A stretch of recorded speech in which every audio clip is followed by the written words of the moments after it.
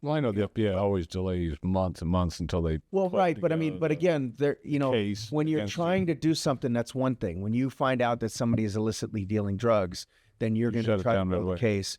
Okay, but if your policy says, hey, if we know that we find out or we suspect that you are, doing something, and our policy is to shut you down, then they should have done that. But they didn't want to do that because they wanted to find me. They wanted to.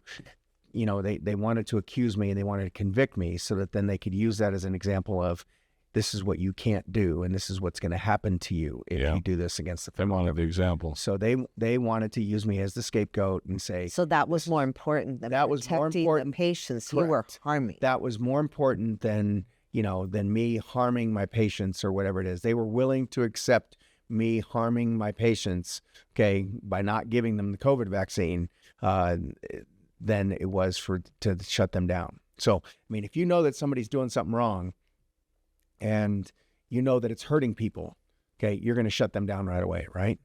Okay, that's not what they did. That's not what they're looking to do. It didn't matter. This whole thing, the whole prosecution, persecution, everything did not have anything to do with finding justice or the truth or saving people or helping people or anything at all. It was all about setting an example and hurting me, and punishing me for having. Well, not only that, they wanted to do it openly and as visually as possible to scare everybody else. Right. And that was their only goal. But by the same token, though, they were scared to make it open and public because they knew that the majority of the public was against it, especially here in Utah. Yeah. Okay. When they published the articles in January of 23, and they had the Salt Lake Tribune and KSL. And they had the articles, KSL and Salt Lake Tribune had to shut down their comment section on it. I personally know people that were on the phone with me saying, I'm entering a positive review on this Salt Lake Tribune article right now. I'm in the messages section, in the notes, and they would post it and it would get deleted like instantly. Okay.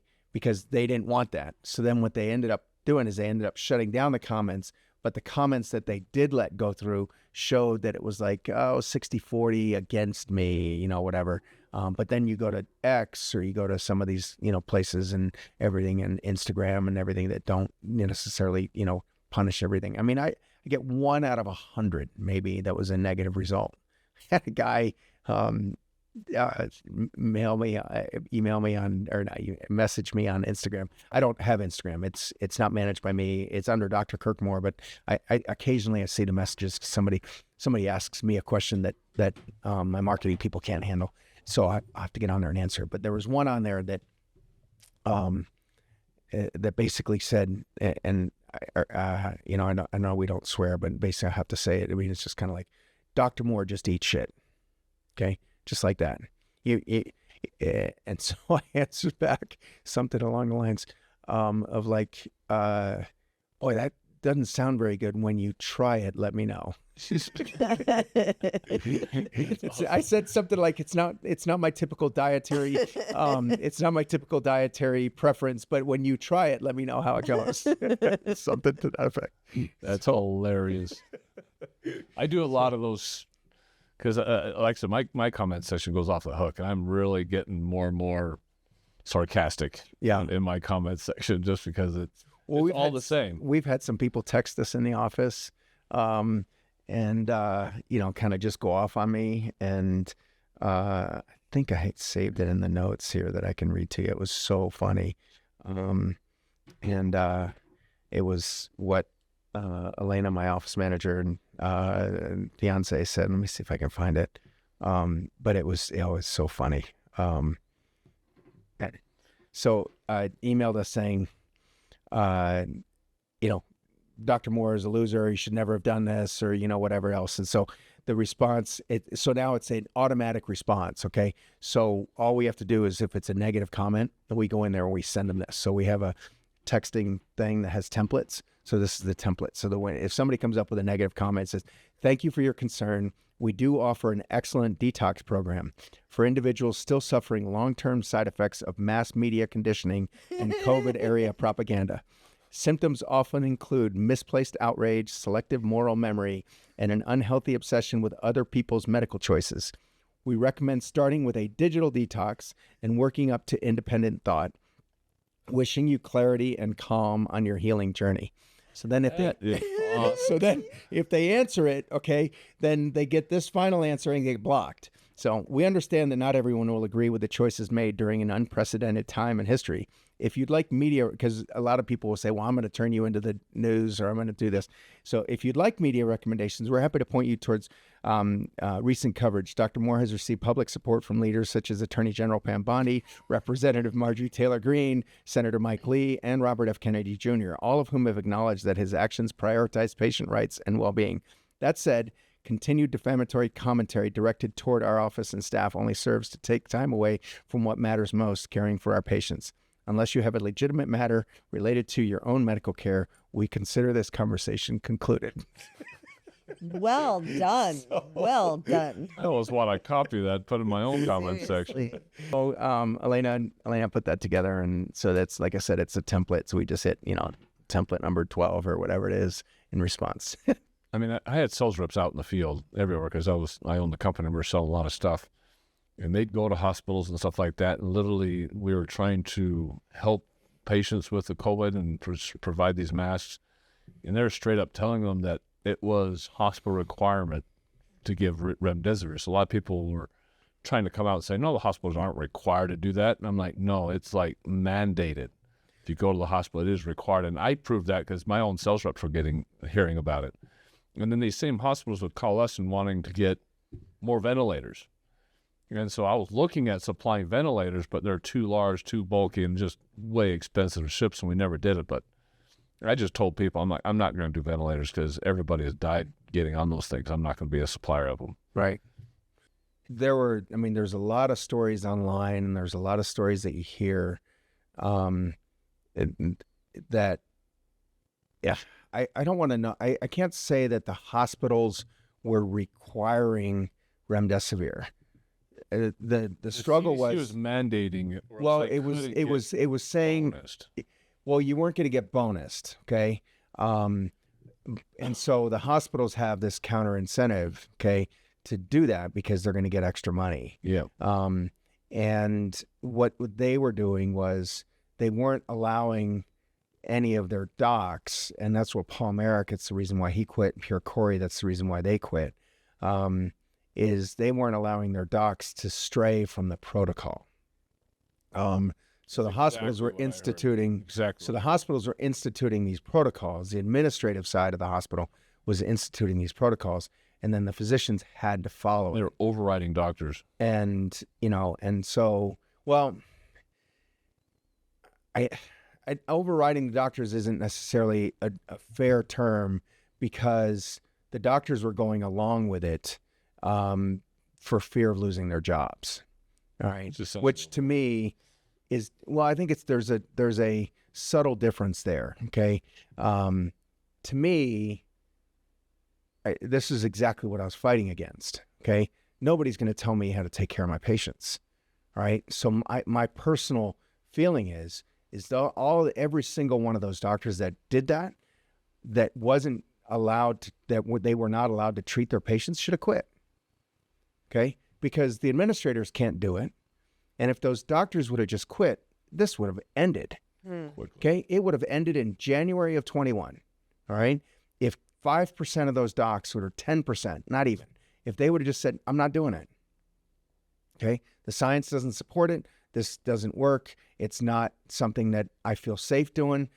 Look, I'm going to bring him up because I've been hammering him publicly right now. Dr. Jake Scott, Stanford University, MD, not head of, but part of the infectious disease program at Stanford. He's an embarrassment to you guys. Stanford, you should get rid of him. Okay.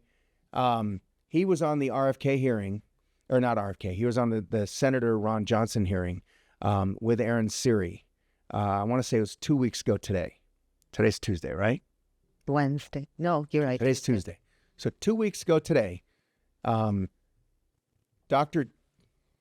Jake Scott, and I use the term doctor very loosely, he doesn't deserve it, okay, was on there whining and complaining about, literally whining and complaining about how he was having hundreds of patients die, okay? during COVID. It was awful, he said, okay? And he was just making a big deal out of it. Well, look, if you have hundreds of your patients dying from a treatment that you're giving them, why are you continuing to give that treatment? Why aren't you changing that treatment? I mean, if I have patient after patient after patient after patient die and I'm giving them the same treatment, don't you think you should maybe change your treatment? I mean, if what it is that you're doing isn't working, why do you keep doing it? Okay, that's the first thing. Second thing is, if it was so awful for you, what do you think of the families? What do you think of that patient? How awful was it for those patients? How awful was it for their families to watch these people die with you doing the same thing that you keep doing? Okay? The other thing was, he talked about like how he had 1,088 studies that he reviewed from 1940 to 2025. They selected 661 of these studies that met the criteria that were supposed to be met they were given some parameters. We need to have you present some data and some evidence that we can review so that we can talk about this during this hearing that we have. And he presented 661 studies that quote unquote met the criteria of a placebo-controlled study of vaccines that were currently on our childhood schedule that had controlled studies done that proved the efficacy and safety of these vaccines. 661 that he presented. Funny thing is, he presented them at 2 o'clock in the morning of the day of the hearing, 2 a.m. Okay? Senator Ron Johnson happened to be awake or happened to be got him. And at 2:30 in the morning, he sent them to Aaron Siri and said, hey, these are things, I know it's late. You're probably not going to have time to review it. Aaron Siri got it. Okay? And he reviewed all 661 of those studies. Okay? I'll get into the story and we'll talk about that. He reviewed all 661 of these studies. So Jake Scott, fake doctor Jake Scott, is talking about this. And he's going on and on about all these studies and everything else. Aaron Siri, in 3 minutes, tore every single one of those studies down. Said out of those 661 studies, 597 of them do not apply to anything that's on the current market in the United States. No kidding. Okay? 574, I think he said. Out of the 97 that are left, okay, 60 some odd don't apply because they're not addressing kids. They're using adults, they're using AIDS, they're using something else that doesn't apply to the current childhood vaccine schedule. Of the 24 that are left, only 3 of those actually have a placebo. Okay, so we got from 661 in a matter of 60 seconds, he went to 3. And then he went through those 3 and he showed how I know those 3 studies.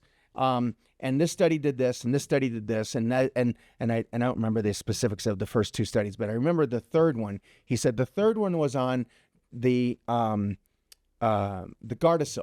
and it was a Gardasil 9 vaccine. Okay, and what they did was they said they had a placebo, and they had thousands of people that they enrolled in this study. They took a few hundred and enrolled them into a placebo, okay, against Gardasil 9. All right, few hundred. So the power of those few hundred compared to the thousands doesn't apply. Okay, and in addition to that, they only gave it the Gardasil 9 is a sequence of 4 shots. So what they did was they compared it against Gardasil 4. And they gave Gardasil 4 to everybody, both in the control and in the treatment arm. They only gave the placebo to the last 4th shot. So the first 3 got a Gardasil 4 and Gardasil, and everything else, and the other ones got Gardasil 9. Okay, and that was your placebo-controlled study.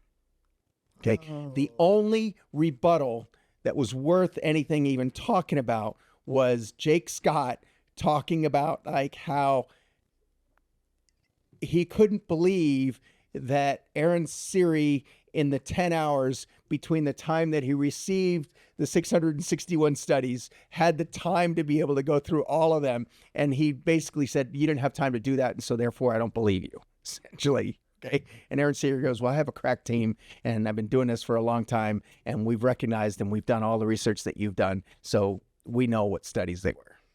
But yeah. So, and in addition to that, this guy, Jake Scott, who got presented by the Democrats as the expert on mRNA to go against and to rebut and to debate Aaron Siri, who's an attorney, by the way, not a doctor. Okay. This guy here is supposed to be a doctor. He's supposed to be a doctor. Okay. He's supposed to be an infectious disease doctor at Stanford.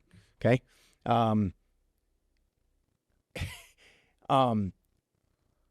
Ron Johnson asked him, what is mRNA? That's all he asked him. What is mRNA?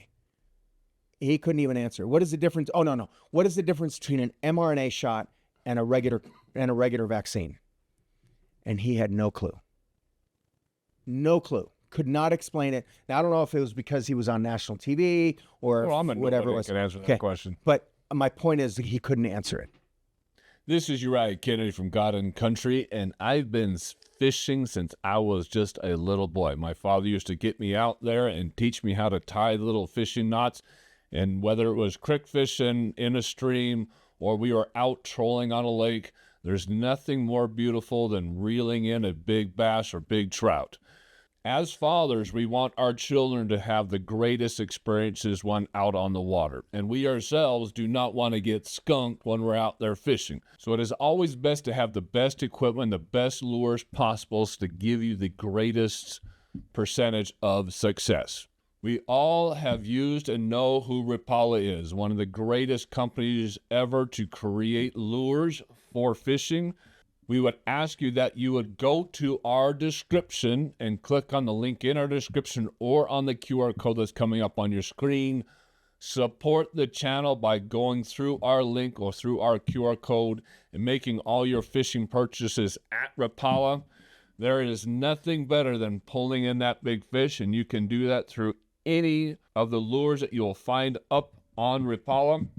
There is nothing like the quality that you will find at Rapala. From all their lures that will definitely get you some good hits on that line, to any type of tools, knives, clothing and apparel, anything you'll possibly need to have a great afternoon, a great day out there on the lake or out on the river.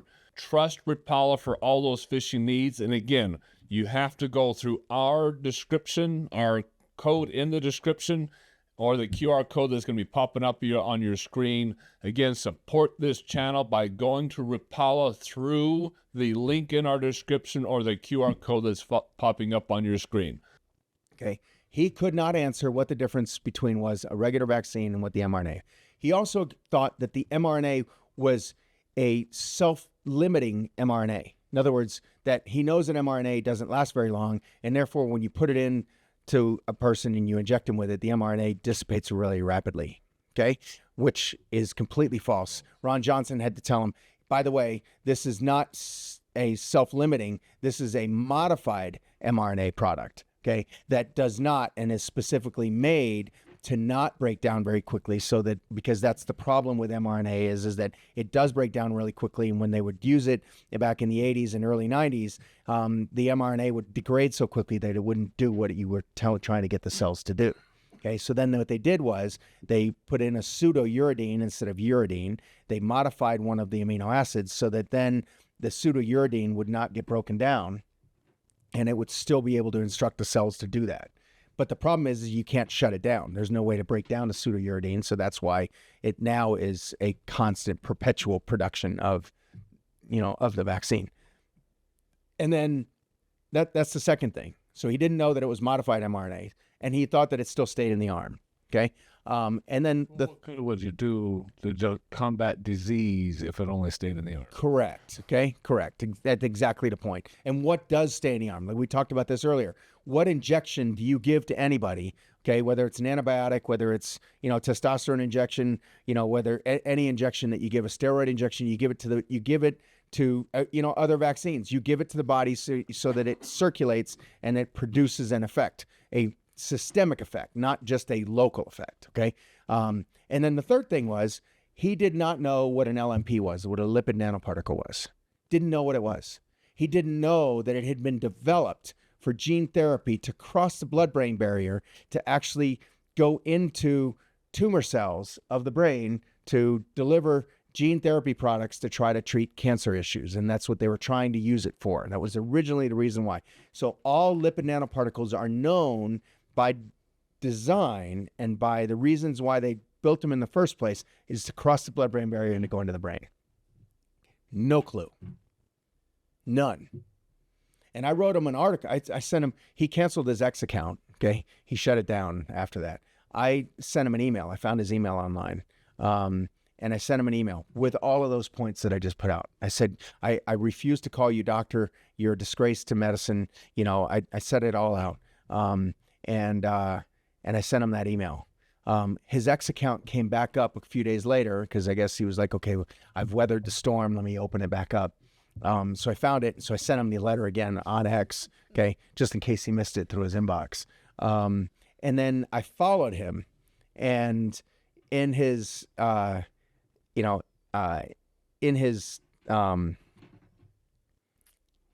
he saw that I had followed him, he asked me, "Hey, are you following me to listen to what it is that I want to say, or are you following me to harass you or to harass me?" Do you mind if I read something again? Not at all. So I followed him on X, right? And then he sent me this. "Are you following me on X to harass me or because you're interested in what I have to say? I was opposed to mask." Oh, because I had responded to him. He was complaining on X about how he couldn't believe that they were harassing his son, 3-year-old son at preschool to have to wear a mask or something like that. And he thought that I took it the wrong way and just kind of like, masks don't work or something to that effect, right? And he says, "I was opposed to masking kids and I was opposed to closing schools and had made this clear, but they assumed I was a surrogate for Fauci, but I'm not." So what I said, "Jake, I'm following because I want to see what other shiz you post. Your performance at the Senator Johnson hearing was a disgrace for you, your institution, and the entire field of medicine. To not know what mRNA vaccines are, to not know what the LMP was originally developed for and how it works, to claim 1,088 studies were evaluated and culled down to 688, and then to have them completely dismantled in less than 3 minutes was astonishingly negligent on your part. And essentially the only rebuttal you had was you were amazed that Aaron Siri was able to complete his review in that short of a period of time. You should be ashamed and you should apologize for your piss poor performance and your complete lack of compassion for the hundreds of patients that you essentially killed due to not having the discernment to evaluate your treatment regimen and maybe change course. You played the victim, stating it was awful to see that many people dying when you absolutely contributed to their deaths by not reevaluating your treatment regimen. I treated 4,000 to 5,000 COVID patients, took 2 out of the hospital, prevented dozens from going to the hospital, and not one died. Let me repeat that. No one died. How awful was it for the actual patients dying and their families to watch it happen, or for many to not even be there when they died due to hospital protocols? Was it not maybe more awful for them? Do you know the history of Remdesivir? Have you looked at its track record? Do you know it failed to even finish the Ebola study in Africa because it was killing more patients than the virus itself? And then that's where I published that NIH article that they put in there where it was taken off. This is the NIH review of it. Take it for what it's worth. It doesn't come out and tell you the truth because it was not politically correct way of saying it killed more people than the Ebola virus itself did. Do you know that Fauci himself recommended HCQ for SARS, actually wrote an article about it, espousing its benefits? SARS has a 73% homology to SARS-2, and blood tests showed that hydroxychloroquine worked just as well for SARS-2 as for SARS, 100% in vitro kill rate. But it was actually removed, and our government confiscated the medication and kept it from being used. Why? Because they needed to have no treatment option in order to declare a state of emergency and to institute the EUA. AIDS was the trial run, and they perfected fear campaign and managed to snow most of the population to inject themselves with an experimental shot that actually killed all of the animals in their phase 1 studies. Do Do you know that there are hundreds of thousands, maybe millions of deaths from the COVID jabs and millions of vaccine injured suffering daily?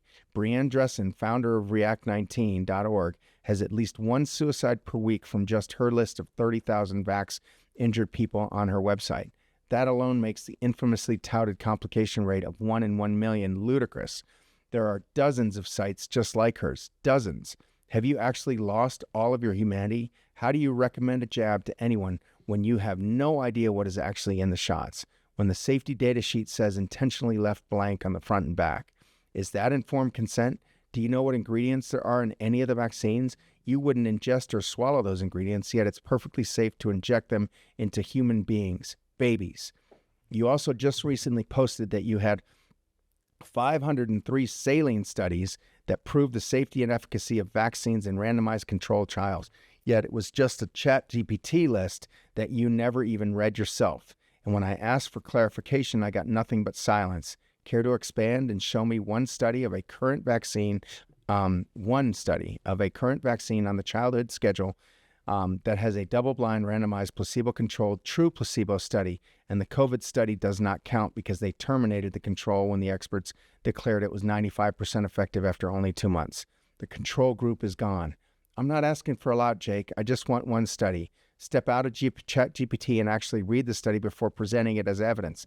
FYI, using adjuvants, antibiotics, phosphate-buffered saline, etc., are not inert, and they are not true placebos. You will actually have to get past the titles and read the study, the methods, etc. Do you remember how to do that?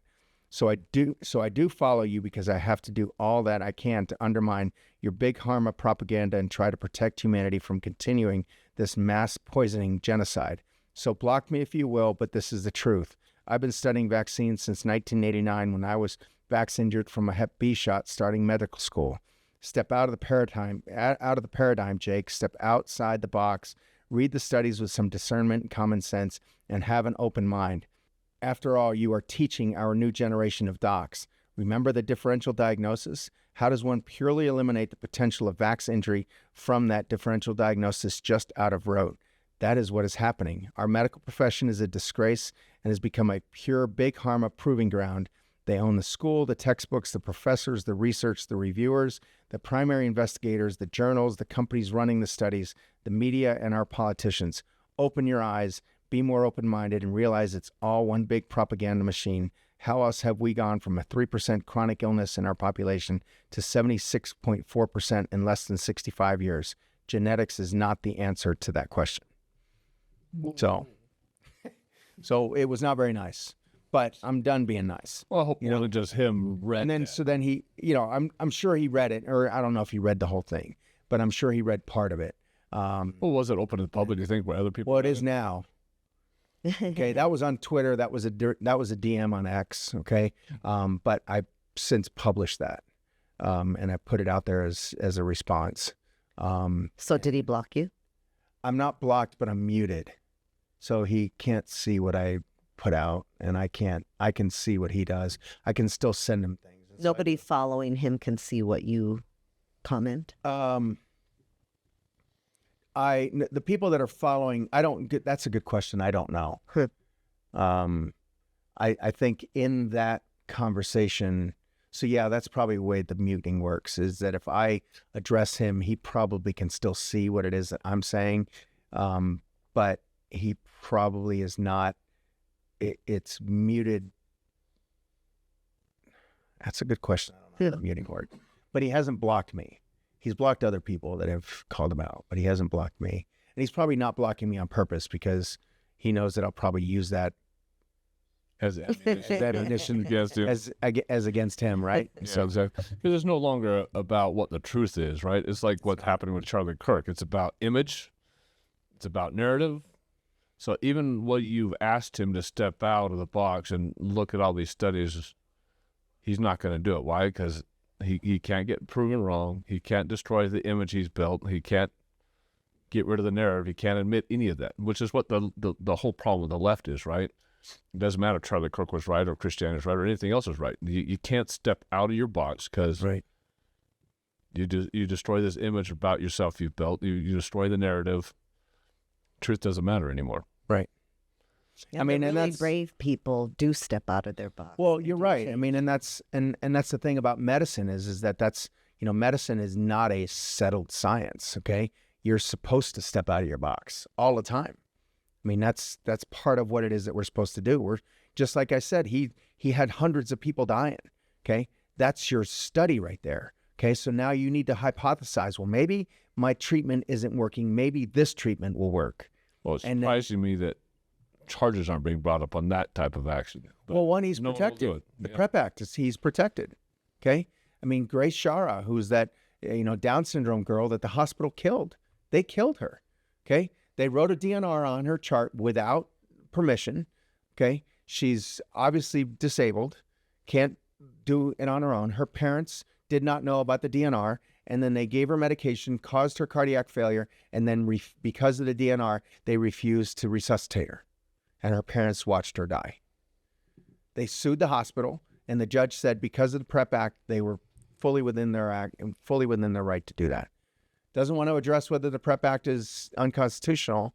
Okay, he could have done that. He could have said, I just don't think that the PrEP Act is a constitutional piece of legislation, and therefore I'm going to turf this up to the appeals court and then let the appeals court turf it up to the Supreme Court and do it that way.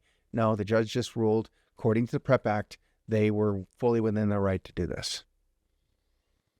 We have corrupt system. It's just the whole system is corrupted. The whole system is I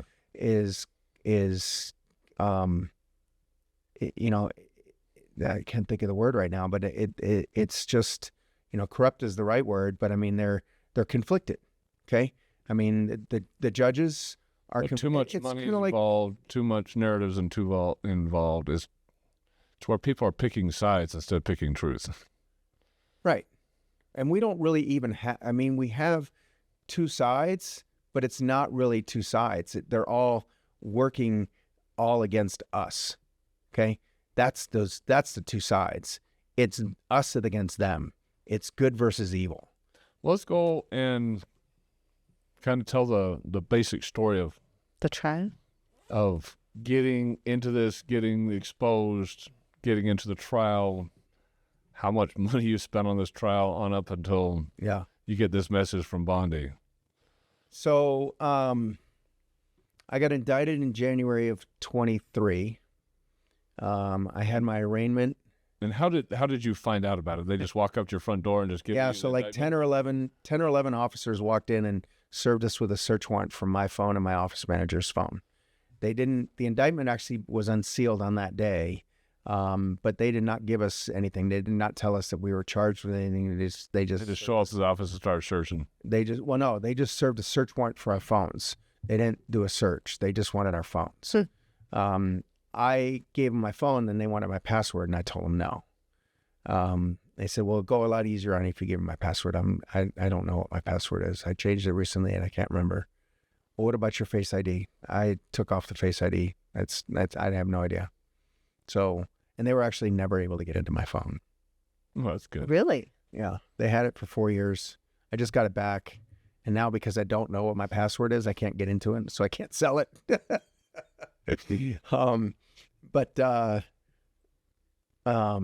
They took my office manager's phone and my phone.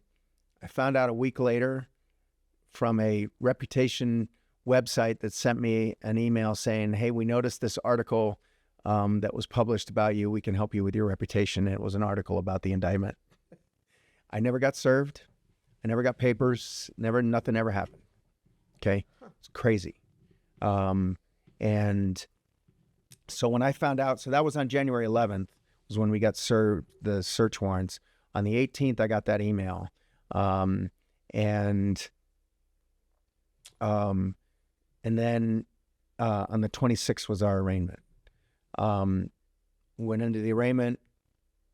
I was told, I tried to push the arraignment back because I still didn't have an attorney. And they wouldn't let me push it back. And I was told by one of the attorneys that I had talked to about potentially representing me, who was going to then represent me at my arraignment only if I hadn't found an attorney. He told me that they don't want to move the arraignment because they're going to have media there and they don't want to, they don't want to have to reschedule it. When we showed up for the arraignment on the 26th, we had 100 people that were there to support us with signs and, and everything else. And there, no media, nothing. Okay. And so that tells me that they didn't want media, because if they wanted media and they wanted this out, then they would have had a bunch of media. They are not just KSL or Salt Lake Tribune, which published articles about me, but they would have had cameras, they would have everything. But they didn't want that because they knew that they were going to get so much blowback and pushback from, the Utah population, because, there's plenty of people out there that disagreed with, everything that was going on.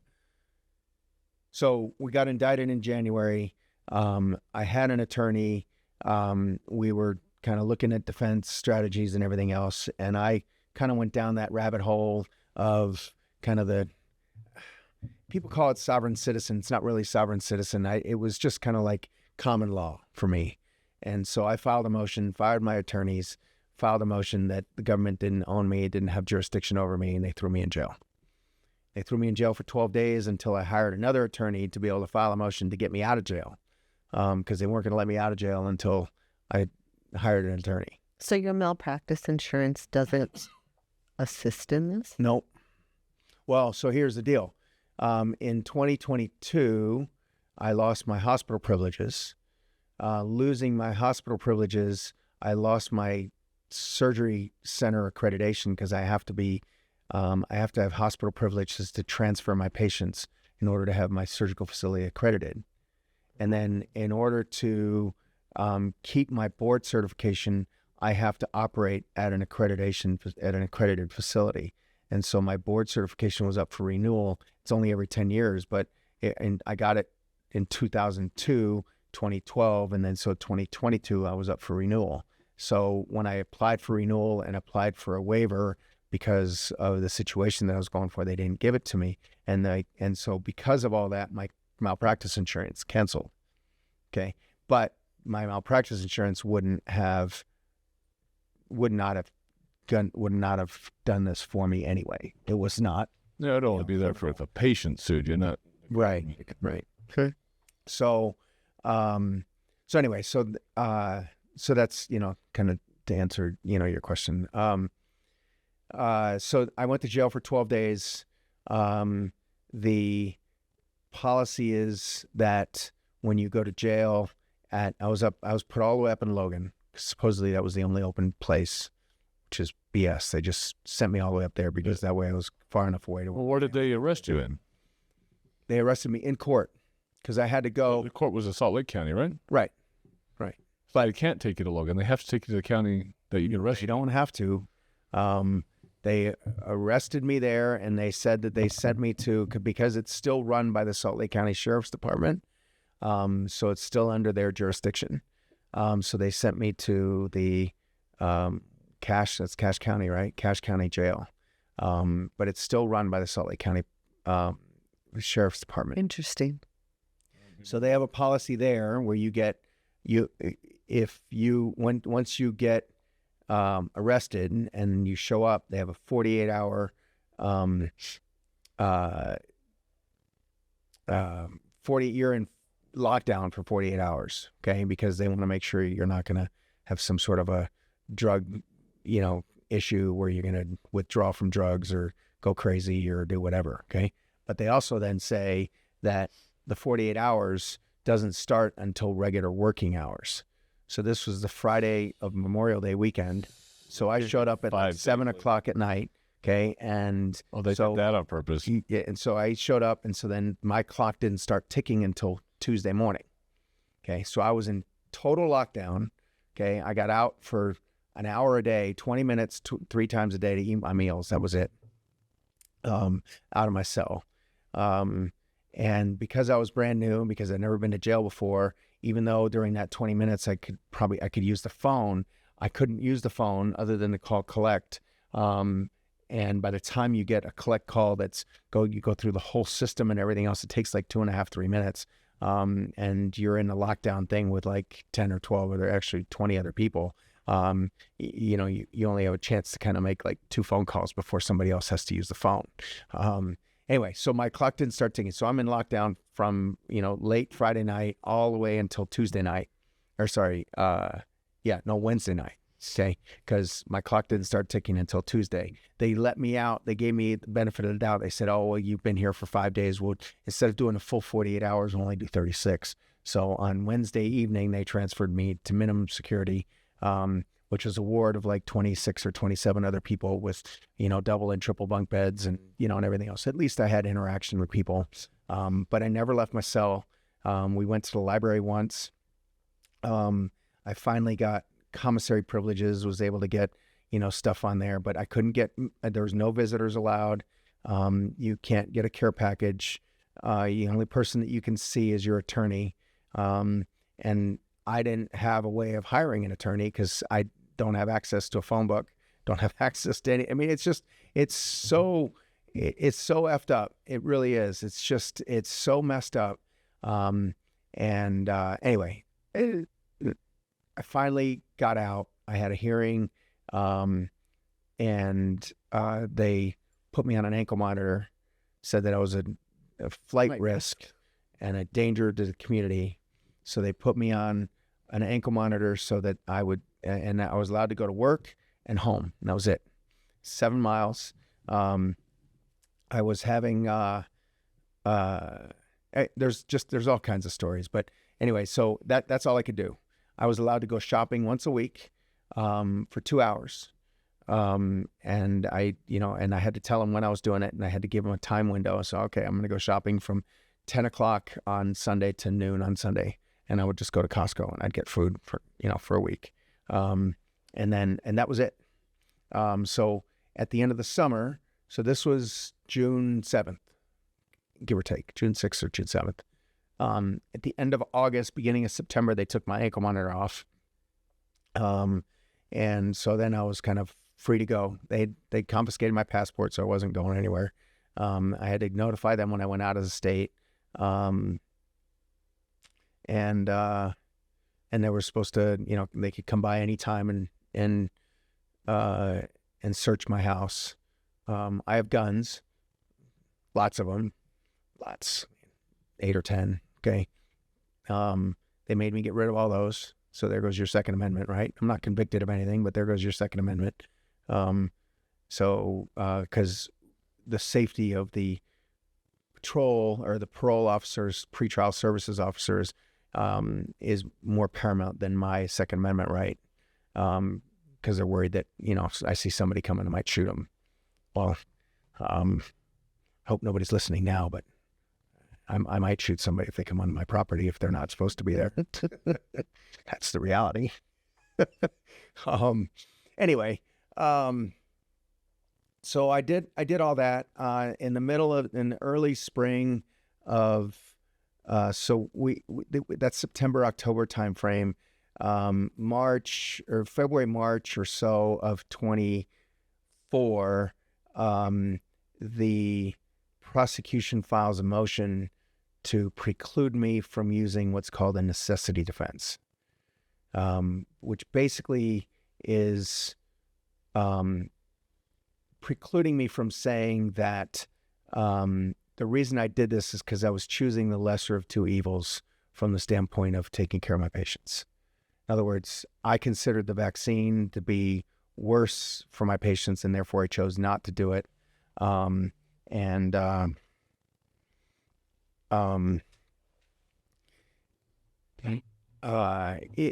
so they filed a motion to do that. We filed a motion a couple of months later to dismiss the indictment, basically to dismiss the whole case, because at the end of 23, fall of 23, remember the Chevron decision came out, or the reversal of the Chevron decision came out. So we, based upon a couple of other laws that were already in place, we said that basically what they were doing to me was illegal and they didn't have the right to do it. Chevron basically says that an administrative agency like the CDC doesn't have the ability to make law. And and they were never given the authority to do this, and therefore they can't give the CDC then can't in turn say, hey, call the FBI and go arrest this guy to do this. Okay, so that was one of the things. The other thing was we filed it under, there's an act from 1974-ish called the Paperwork Reduction Act, which basically says that any government paperwork that you sign or that the government has you sign has to be official government paperwork. And so it has to go through a vetting process and approval process to be an official government document. Well, none of the stuff that they gave me to sign had any of that on there. The COVID cards don't have that on there. It just had the CDC logo on it. And so we said, well, those aren't not official documents. And therefore the government can't hold me accountable to something that, the government says they have to do. Right. And so in order for it to be an official government document, you have to go through this process to get it approved. Well, they didn't go through that either on the agreement or whatever that I signed. You can't call it a contract because they didn't countersign it, but there's an agreement that I signed with the CDC, and then the COVID cards. Neither one of them had. If you look at like an IRS form, at the bottom of it, it has like a alphanumeric code with a dash on it, and it shows, the last date that it was modified or whatever. Well, this didn't have it on there. And that's a law. All government documents are supposed to have that. So we went to trial. So we went to court for that hearing on October 19th. The day before that, so this is October 19th of 24.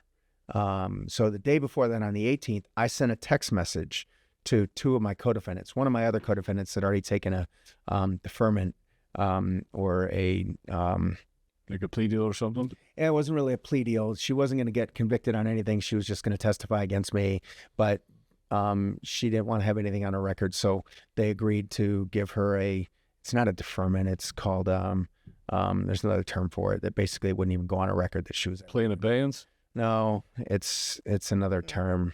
But anyway, so she had already done that because they'd found some marijuana paraphernalia in her apartment when they went and searched her place. And so she took the lesser two evils, and they said, hey, if you testify against Dr. Moore, then we'll pretend like you never even were involved. I can't blame her. I'm not, there wasn't anything that they were going to do to testify against me that was going to hurt me. So the day before the trial, I texted Chris and Carrie. So Chris was my neighbor and Carrie was my office manager. And Carrie was the other one that got her phone confiscated. And Carrie was also, she filed that same motion that we did in May of the year before. So she filed the same motion. All I did was take the name off the motion, put her name on it, and then my name, and we submitted both of them at the same time. Did you have the same representation? We can't have the same representation. And this is part of where the extra expense goes. I had to hire an attorney for my business. Okay. So my business can't speak for itself. No. How is my attorney supposed to speak for my business? But the law requires that you have an attorney for your business. Okay. So that doubles my expenditures. Okay. Anyway, I sent a text message to Chris and Carrie. Chris answered it, said, hey, and the message was just like, hey, I know you're struggling with, communicating with your attorneys. You know that we have a hearing tomorrow. Please show up with your attorneys. Rah, we can get our case dismissed, and that's it. Okay. We went to the hearing. The judge ruled that I couldn't present a necessity defense. I couldn't talk about the reasons why I chose to go the route that I did. I couldn't have anybody come in. Can't defend myself. I can't defend myself. I can't have anybody come. I can't have any of the patients that came to me to come in and tell their story why they came to me versus somebody else. I couldn't have any experts testify to the problems with the COVID vaccine. So I couldn't have like the Pierre Corys or the Jim Thorpes or the, Peter McCulloughs or anybody come and testify on my behalf about all the damage that the vaccine was doing and all the problems with the quote unquote vaccine. And I couldn't have any vaccine injured patients come in and testify to the effects of what the vaccine has done to them. Okay. Meaning you couldn't put the vaccine on trial. Meaning that I couldn't put the vaccine on trial. And they knew that because they knew that if we put the vaccine on trial, they were going to lose. Yeah, okay? it'd go way public. It would go way public, and they did not want that. Okay. And they were keeping the public way out. How did they get a judge to agree to that as a question? Well, again, I think our system is totally messed up. Okay. And so the judge ruled that I couldn't do a necessity defense. And then he also ruled against us on all of those other things. And basically said, Paperwork Reduction Act doesn't apply to this. Don't know how. I mean, I could go back and look at his reasoning and everything else, but it was just this, it's basically circular reasoning, okay?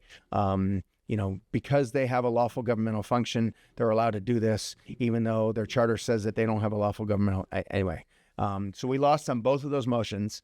So they're like, okay, let's go to trial.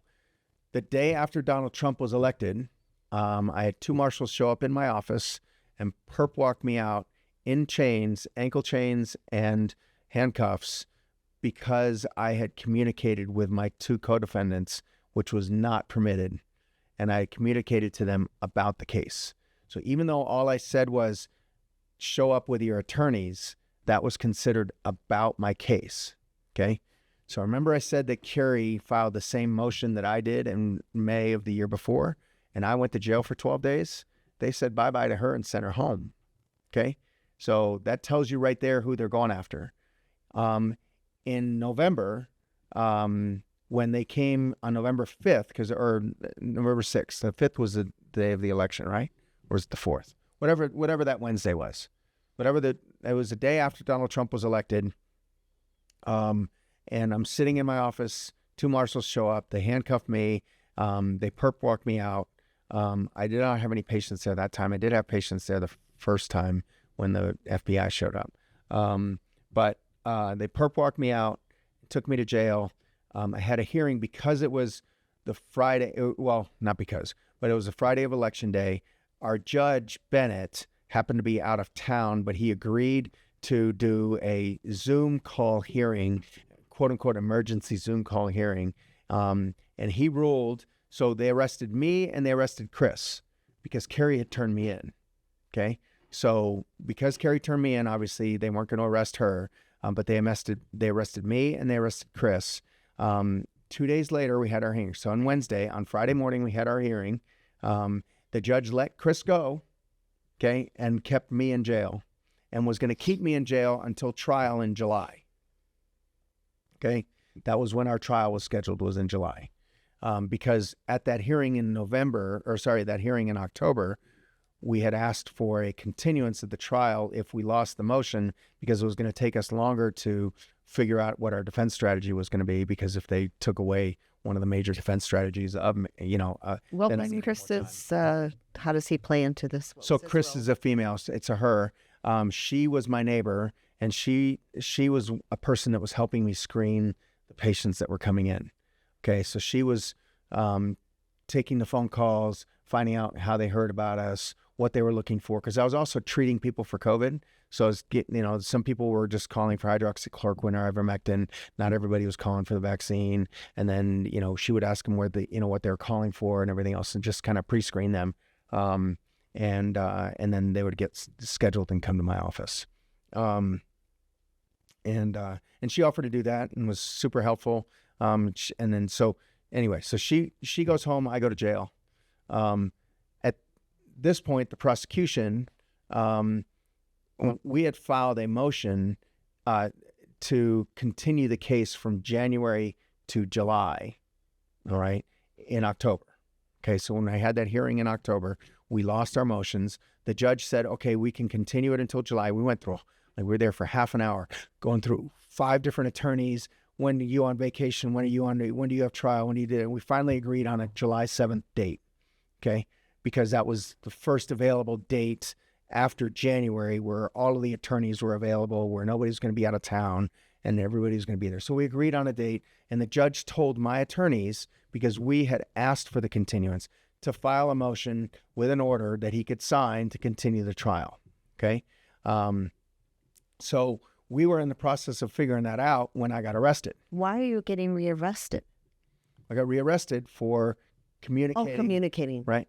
So I got rearrested, And so when I lost my hearing, and they were going to keep me in jail until trial, we said, well, we're not going to file the motion to continue the trial. We're just going to do it in January now, because we're not going to keep Dr. Moore in jail, okay, until his trial in July, 9 months. The prosecution flipped out, okay, said, no, you told us that you were going to file it. We're not going to be ready. And, you have to file that motion. And they made a huge stink. They sent a private letter to the judge. They accused us of lying. They accused they literally in documents in court accused my attorneys of purposely, of lying to the court, of doing, all this nefarious stuff and everything else. Really out of line. Okay. And we answered it back, and the judge said,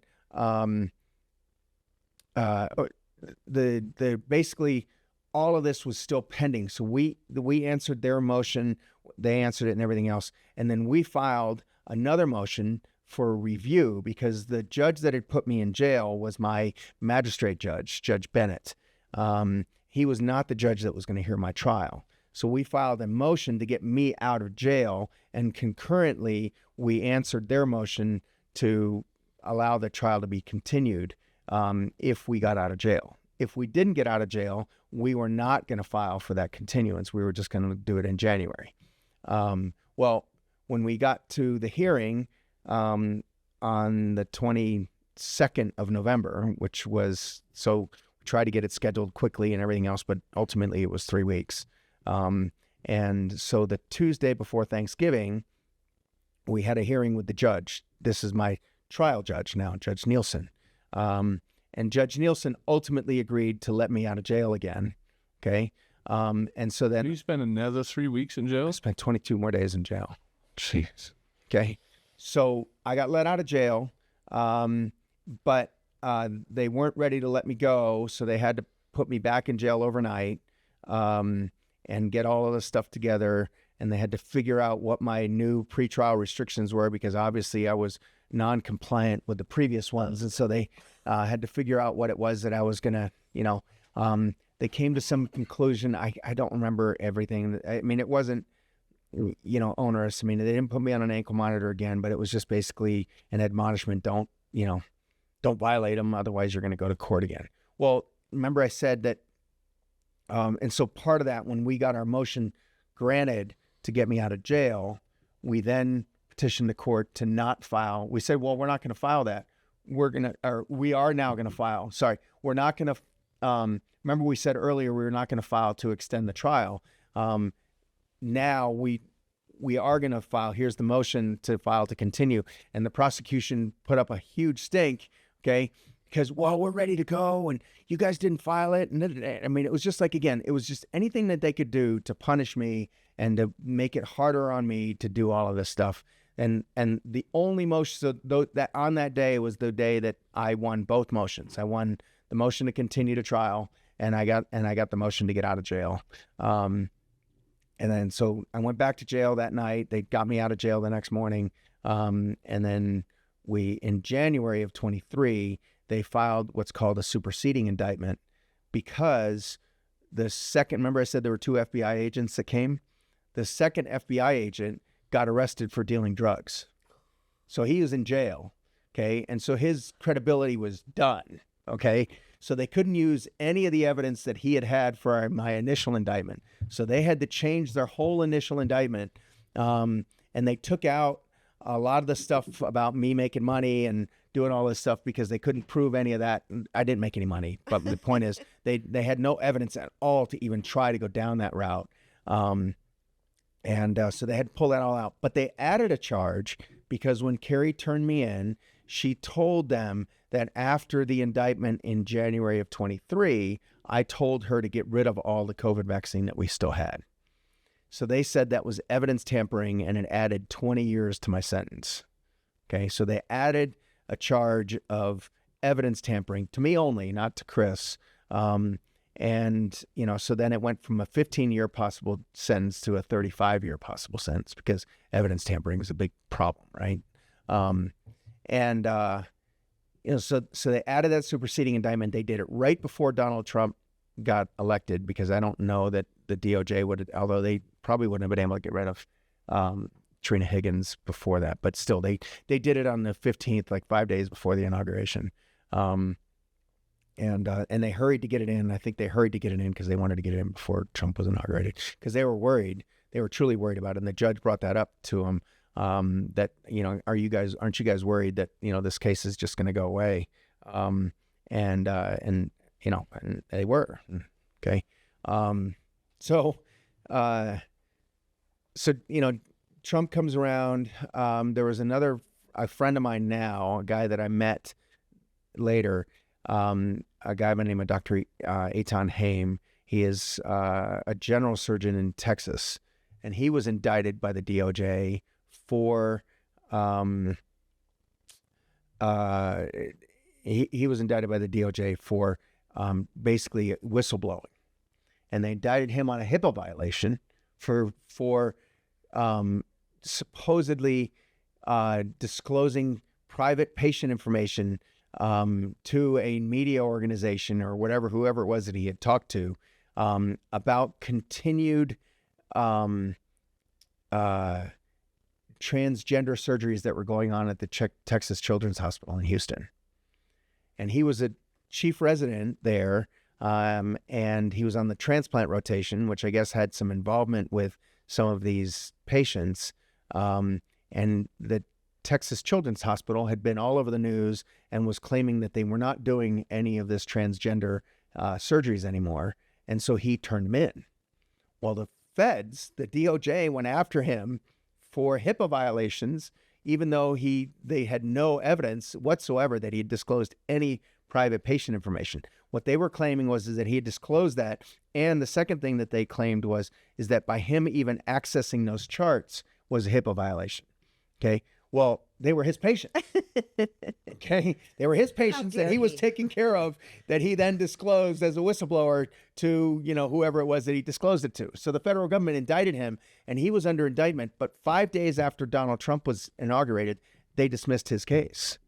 How did that help your confidence? Well, so then I thought right after that. So what happened I don't know if you guys have heard of her, Dr. Mary Talley Bowden. So Mary Talley Bowden is an ENT doc who lost her hospital privileges at, I think, Texas, one of the Texas hospitals there. The Houston Methodist Hospital, where she had privileges, was the first hospital that mandated the COVID vaccine. And so she said, I'm not doing it. And they made a big stink. She had a big press conference, and she's still going through the ringer with all that. And she's taking care of a lot of patients. But anyway, she did an interview with me, and she published her interview, her podcast interview with me that morning. Okay. And then like 2 hours later, he gets his case dismissed. And I thought, oh my gosh, as soon as they see this, they're going to dismiss mine too. Right? Nope. No such luck. So nothing. Went through the whole, rest of the winter, spring. And then we get to trial. The week of the trial. So the week before the trial, I got, you may have heard of her, Shannon Joy. So she does a podcast out of New York. She found out about my case because of Mary Talley Bowden. She and Mary are friends. Mary's on her show a lot. And so she and Sasha Latipova, who you may have heard about, Sasha Latipova is a researcher, ex-pharmacy gal who's done a lot of research in terms of the legal side behind the whole COVID fiasco and the whole COVID, issue. It's all run by the DOD. This is a government operation. Okay. That's why it's called Operation Warp Speed. Nobody else has operation in front of something. A pharmaceutical company is not going to have operation this or that. It's our government that's running this. And so she's done a lot of research on that. Anyway, Sasha knows about me. And Mary obviously knew about me. So she did another interview with me in June, published that, and then was on a podcast with Shannon Joy, and they happened to be talking about me and my case. So Shannon Joy invited me on her podcast, and I did her podcast, and that kind of got some publicity. And then it came to the kind of the feet of the guys that did that movie died suddenly. Have you seen that movie? So there's a movie called Died Suddenly. And it basically, I mean, you've probably heard the term died suddenly, which was the term that was used, for all the people that were just automatically just kind of keeling over. Yeah, and so then, Google actually kind of like, they blacklisted the term died suddenly. Like if you put in died suddenly, nothing would come up. Okay. Well, they published a movie called Died Suddenly.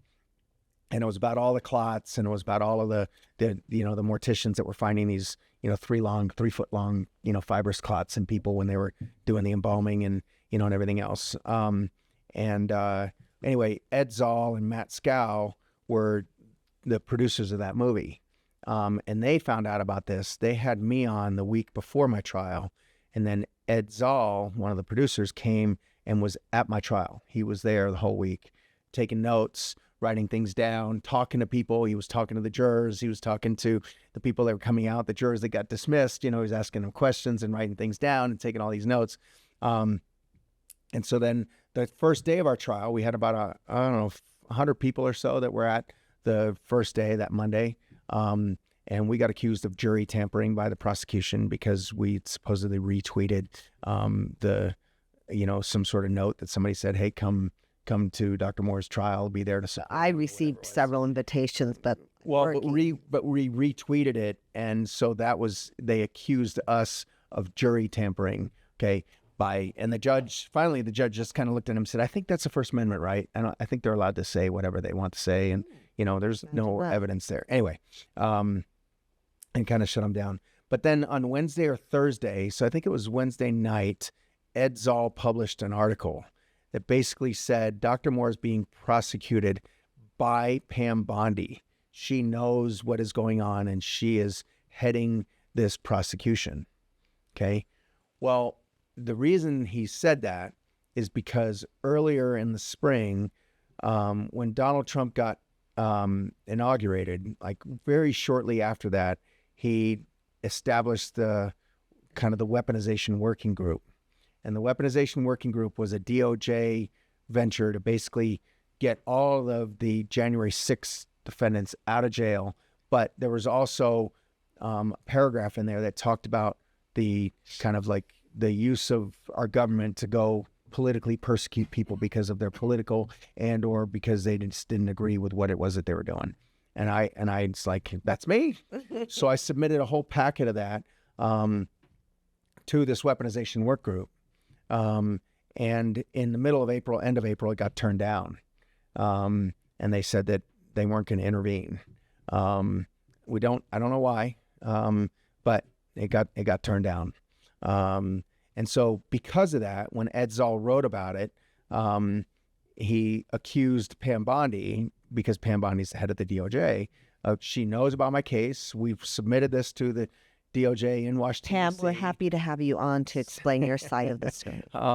And all of that. So then he wrote that article.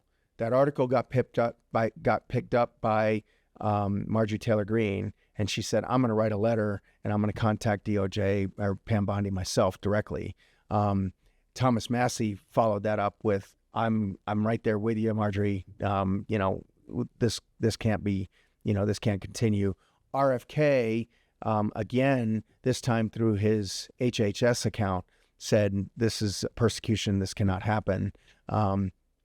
In April, the day before my birthday, RFK posted through his own personal account that he thought I was a hero and that that this was a travesty and that I shouldn't be prosecuted for taking care of my patients. And then Senator Mike Lee posted, that again, that something needs to be done. This can't be, this can't be allowed. We then have trial on Thursday, have trial on Friday. I left my glasses and pen and all that stuff on the prosecution table, which was about the size table, anticipating coming back on Monday. Friday night, I'm up and I'm just thinking, God, we had a good week. We completely tore open the case from the CDC guy that was there. The federal government BARDA guy that was there couldn't put his contract in because it was redacted. And then when they got it unredacted, They realized that there were too many things in there that they couldn't let the public see, so they didn't want to expose that. So they basically had this guy fly all the way across the country with no exhibits. He wasn't even an expert witness. He was just a guy talking about BARDA, okay, and what his role was in COVID and how it was that he was negotiating with this and everything else. We managed to get evidence presented that they had to meet $1,000 threshold for this to be a felony. Well, the only document that was submitted was a document that said that they only paid a penny for the vaccine. So 2,270 doses at a penny each is $22.70. Okay, so they didn't meet the felony threshold. And we just, again, I think that Kathy, my attorney, she just really undermined their whole case. And so Friday night, I'm up and I'm just thinking, look, there's a Harvard grad over there. There's a lady who came in from New York that they brought in specifically for this case. The Jacob Strain. So Todd Boughton is the hard guy from Harvard. And that's the one that Tucker Carlson kept saying his name, Todd Boughton, Bouton. And why do you still have a job? Tucker wants to know. Can you call him and let him know? And anyway, so he just wanted to repeat that guy's name all the time, Todd Boughton. Anyway, so I was up thinking, okay, got a Harvard grad that's over there, smart guy, been a prosecutor for a long time. What am I missing here? So I was up until like 1 o'clock in the morning. I got up early. I was like sitting out on my deck, my favorite spot on my corner of my deck, just sitting out there, drinking, I don't drink coffee, but drinking my chai tea and, just kind of relaxing, but not relaxing, just kind of still going through it. Later that day, I have a meeting with my attorney to go over what our defense strategy is. Cause, we knew that their case wasn't going to last more than a couple of days, if that. And so if I was going to testify, we had to go through what my testimony was going to be. So we had a scheduled meeting at 2:00. I get, at about 8:00, I get a bunch of text messages and phone calls. I was on the phone with somebody, and my phone is just like it's doing now. It's just buzzing, going crazy and everything else. And so I'm just kind of like, all right, I got to get off the phone. I got to find out what all these messages are. And I got a message and a phone call with a voicemail from a friend of mine saying, hey, I just got a call from somebody at the White House and they're looking for you. Okay. That was the text message and that was the voicemail message. So, and then I get a text message right then from a guy who is the local Utah, I don't know why you would have that, but he's involved with Rich Grinnell. And Rich Grinnell is a guy in the Trump administration from the first administration who Donald Trump really liked. I don't remember what his role is. I think he was the ambassador to Germany.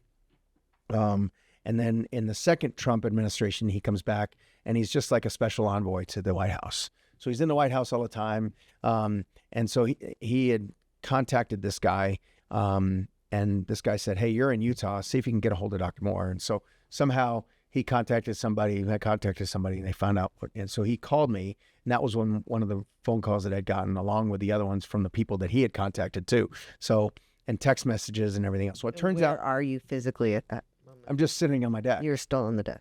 Yeah. And so I get on the phone with him, and it was a phone call that he was trying to set up an interview with Tucker Carlson. Okay. I said, are you calling from the White House? Are you the same guy?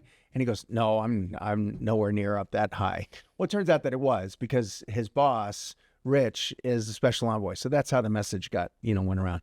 But it's still interesting to me that Tucker Carlson found out to interview me. And when I asked Tucker this, he couldn't remember where he'd heard about my case. So he couldn't remember if he'd heard about it because my case was going to be dismissed or if he'd just heard about my case. Does that make sense? And he says that all of his messages get deleted because he's had his phone confiscated before. And so he has all of his messages on his phone are just on auto delete, like after 30 days or something. So when he went back through his phone, he couldn't, and he didn't remember what it was. He just remembered that he'd heard about my case and couldn't remember if he, I said, well, how good are your contacts? That's, because did you find out that my case was going to be dismissed before I found out? It's kind of what I wanted to know. He goes, no, I don't think my contacts are that good. Anyway, at 8:35, I get a phone call from my attorney. And so she's calling me when I'm on the phone with this guy about a Tucker Carlson interview. So I hang up with him. I said, hey, I got to get this. It's my attorney calling. And she goes, hey, Kirk, what are you doing? And I said, I'm just sitting here talking to my mom. And she goes, oh, okay, well, why don't you put it on speaker? I'm like, okay. So I'm kind of like, what did I do now? You know, that she wants to, because the last 2 times I had to go to jail, you know? And so, well, what's wrong? You know what? And, so I wasn't surprised to get a phone call from her, because I was just like, look, I'm meeting with her maybe later in the afternoon. She just wants to either move the time or, you know, whatever. But anyway, and so she says, I just got off the phone with the prosecutors. And I was like, prosecutors, all of them? She goes, yeah, all 3 of them called me. And I was like, oh, that's unusual, isn't it? She goes, yeah, I was really worried that, you know, you had done something. And she goes, but it's just the opposite. They got a call from DOJ and DC, and they're dismissing your case. And I just, my mom was sitting there, and I collapsed. I mean, literally just fell to the floor, crying. And I didn't say anything for, I mean, I know it sounds, I'm pretty sure I didn't say anything for a good 30, 45 seconds. And my mom, so then I finally started talking to Kathy again. She told me a little bit more about the story, and my son was going down. My son was in the basement. He lives in his room down in the basement. And so my mom went down to get him, and he's coming up, and I see him on his phone. And right as Kathy's telling me, hey, we haven't gotten the official announcement from the DOJ yet, so make sure you don't tell anybody. and she was still on speaker, and I looked over at Michael, and he's like, he'd already said it out.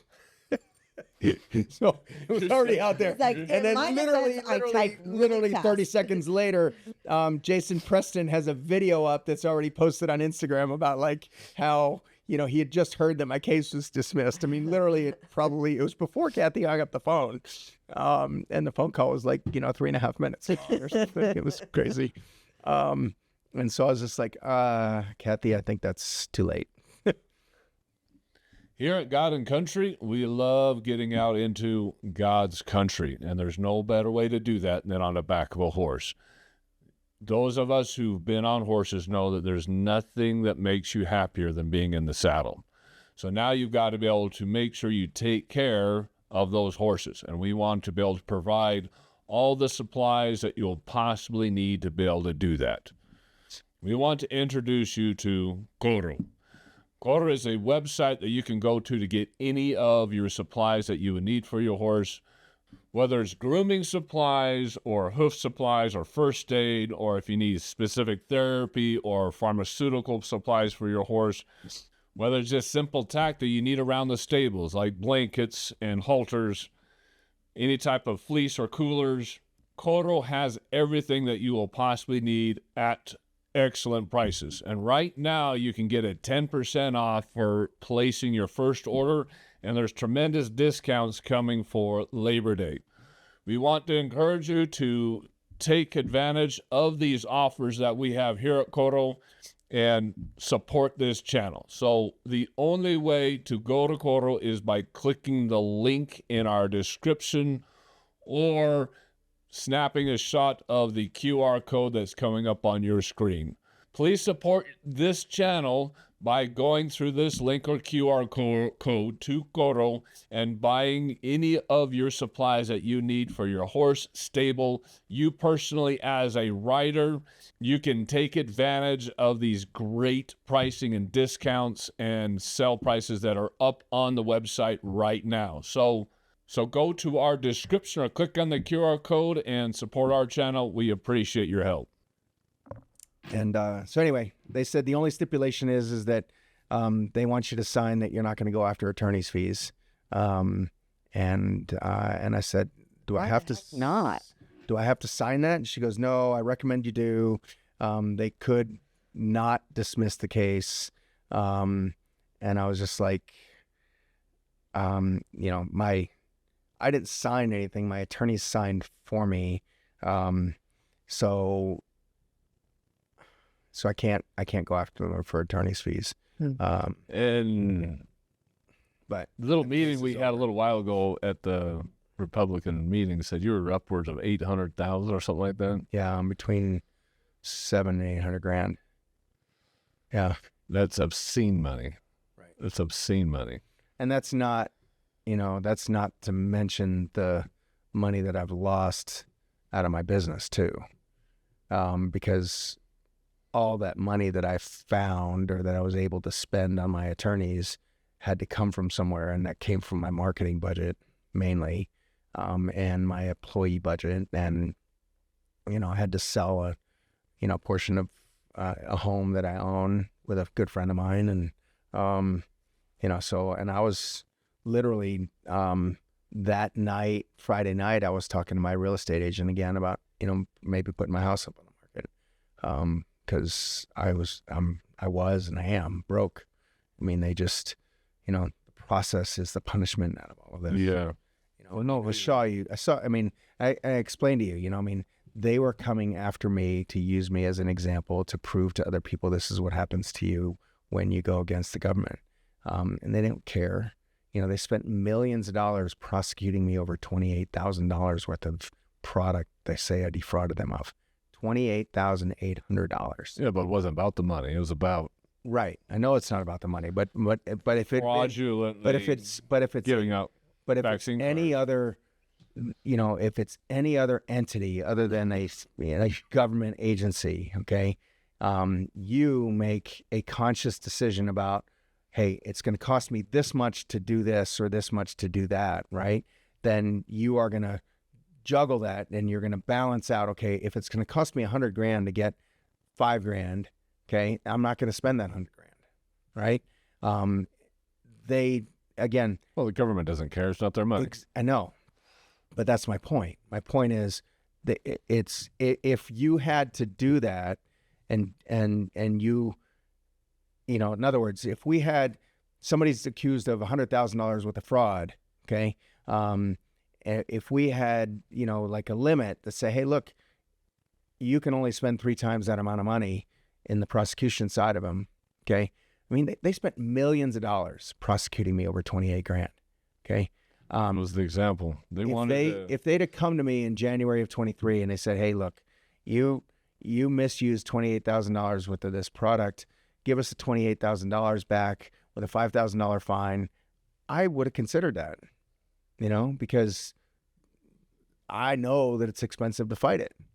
But that, again, they're not interested in that. They were not interested in kind of getting their money back, or they wanted to keep it quiet until you were found guilty, and then they were going to explode it out there so every doctor out there knew that this is what happens if you cross the line. Right.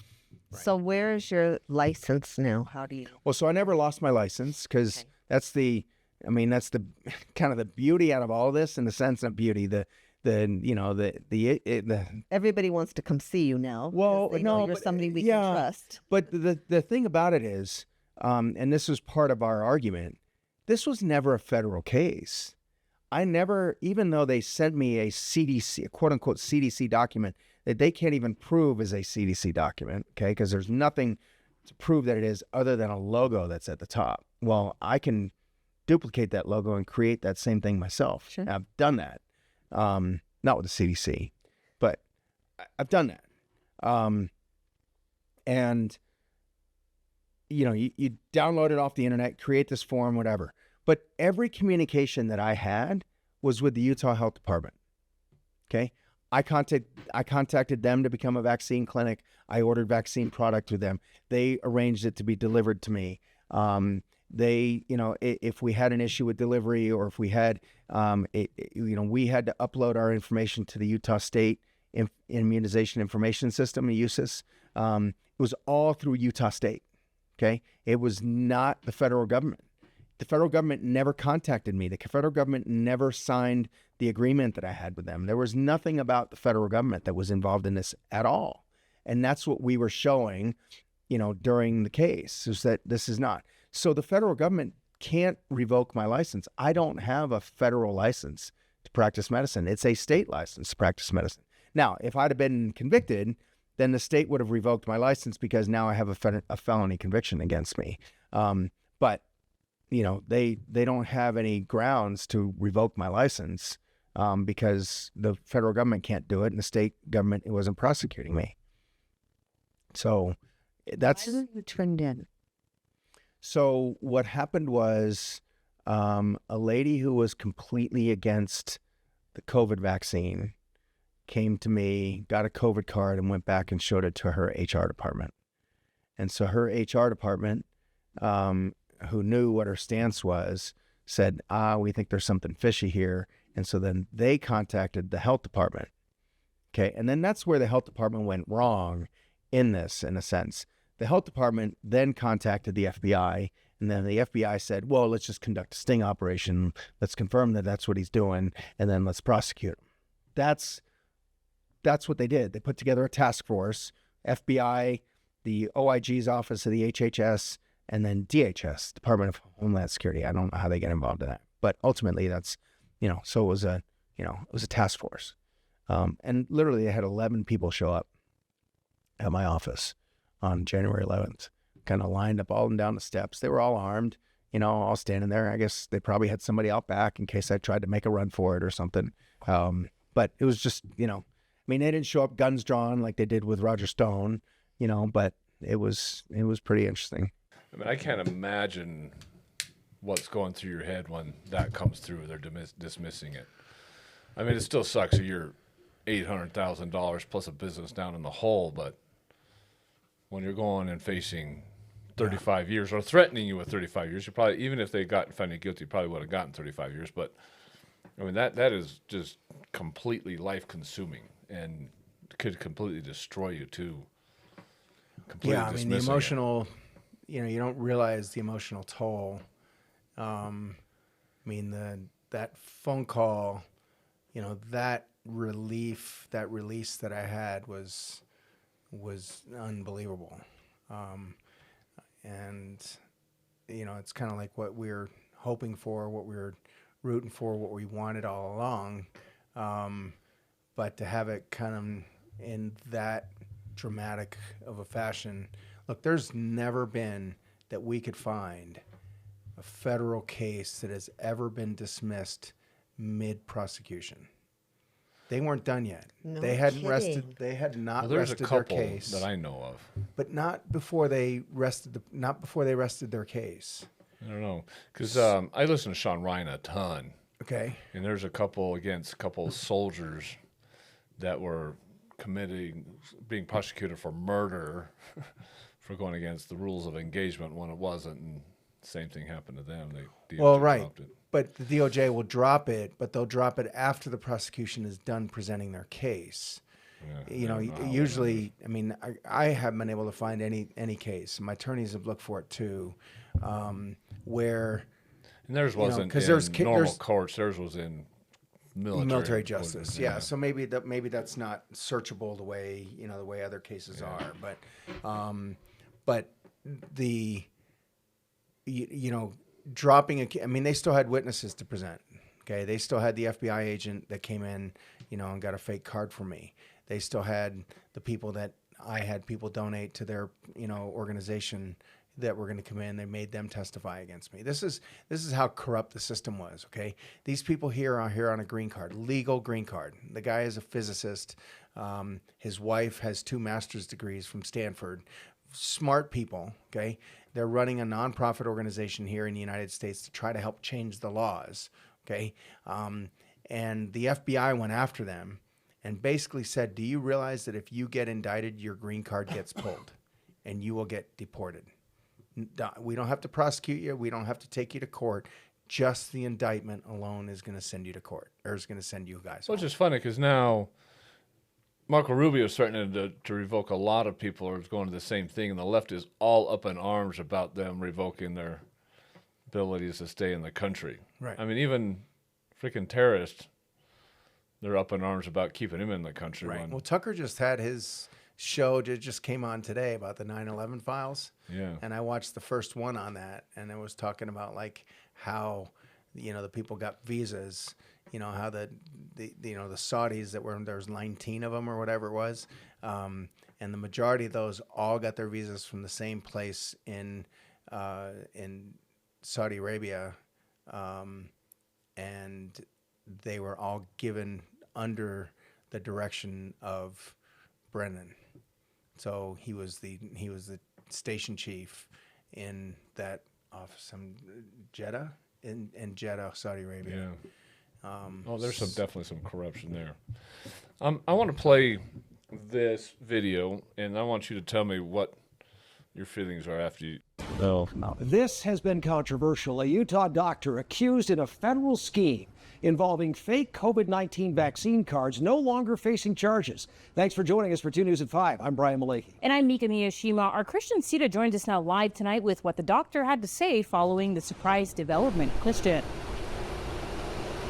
Yeah, Mika and Brian, now that press conference ended just about an hour ago where we heard from the doctor and his legal team. Now his legal team did confirm that the case has been dropped, and Dr. Moore says he didn't expect this and is very grateful. Now Moore was indicted in January 2023 by a federal grand jury along with 3 others connected to his practice, the Plastic Surgery Institute of Utah. Prosecutors accused the group of destroying COVID-19 vaccines, issuing fake CDC vaccination cards, and providing saline injections in place of vaccines to patients, including children. He faced serious federal charges, but his attorneys argued he acted on moral grounds, not for profit. Now the case is officially dismissed, and his legal team says this brings long-awaited justice for a doctor they claim was simply respecting patient choice. I just did what my patients wanted. I talked to them about full informed consent. You can't have informed consent with people when you don't know what you're injecting in them. Now, at the moment, family and friends are celebrating this decision, and we did speak to a few, and they told us they're really happy with this decision. Now, the doctor also told us that he will continue to practice. Reporting live in Draper, Christian Sita, KUTV 2 News. After that press conference, I mean, what's going through your head now that you're getting all this media attention? Well, I'm surprised that they were actually that nice about it. They were that nice about it. There was all of them were. No, there was another one. I don't remember. I pulled up the Fox 13 one too, and theirs wasn't nice at all. So I wasn't going to play theirs. So, see. Yeah, there's somebody that actually came and interviewed at my office. I think the next day. And it's kind of friendly and everything else, and sits down. And the first question out of her mouth was like, "So, are you vaccinated?" And I said, "I don't know." I said, "Are you?" And she got like fully red and flushed and everything else. And she's just like, "Well, I don't think I need to tell you that." Well, I guess I don't need to tell you either. Or something that never made. What a stupid question though to ask. What does that have to do? Yeah, and it was and it ended. I don't even remember who it was, but it ended up being a semi-hit piece. So I've had some other people contact me now, local people that I don't know that I'm gonna let them talk to me because there's no point, right? I mean, It's just kind of you just get that short little clip, that 6-second clip, just like they did there. Not. I mean, that wasn't bad. I mean, that was just at least they talked about. Yeah, at least they talked about like the whole reason why I did it, and kind of at least allowing me to finish a thought process. But yeah. I mean, when this came out, I told everybody not to go get the vaccine. I was telling everybody because I told you I had insider information. I was telling my employees not to get it. I was telling everybody don't get it, no matter what happens. I told my parents. I've been okay with that too until they mandated it. Yeah, then my parents went and got it. I'm like, no, I'm not.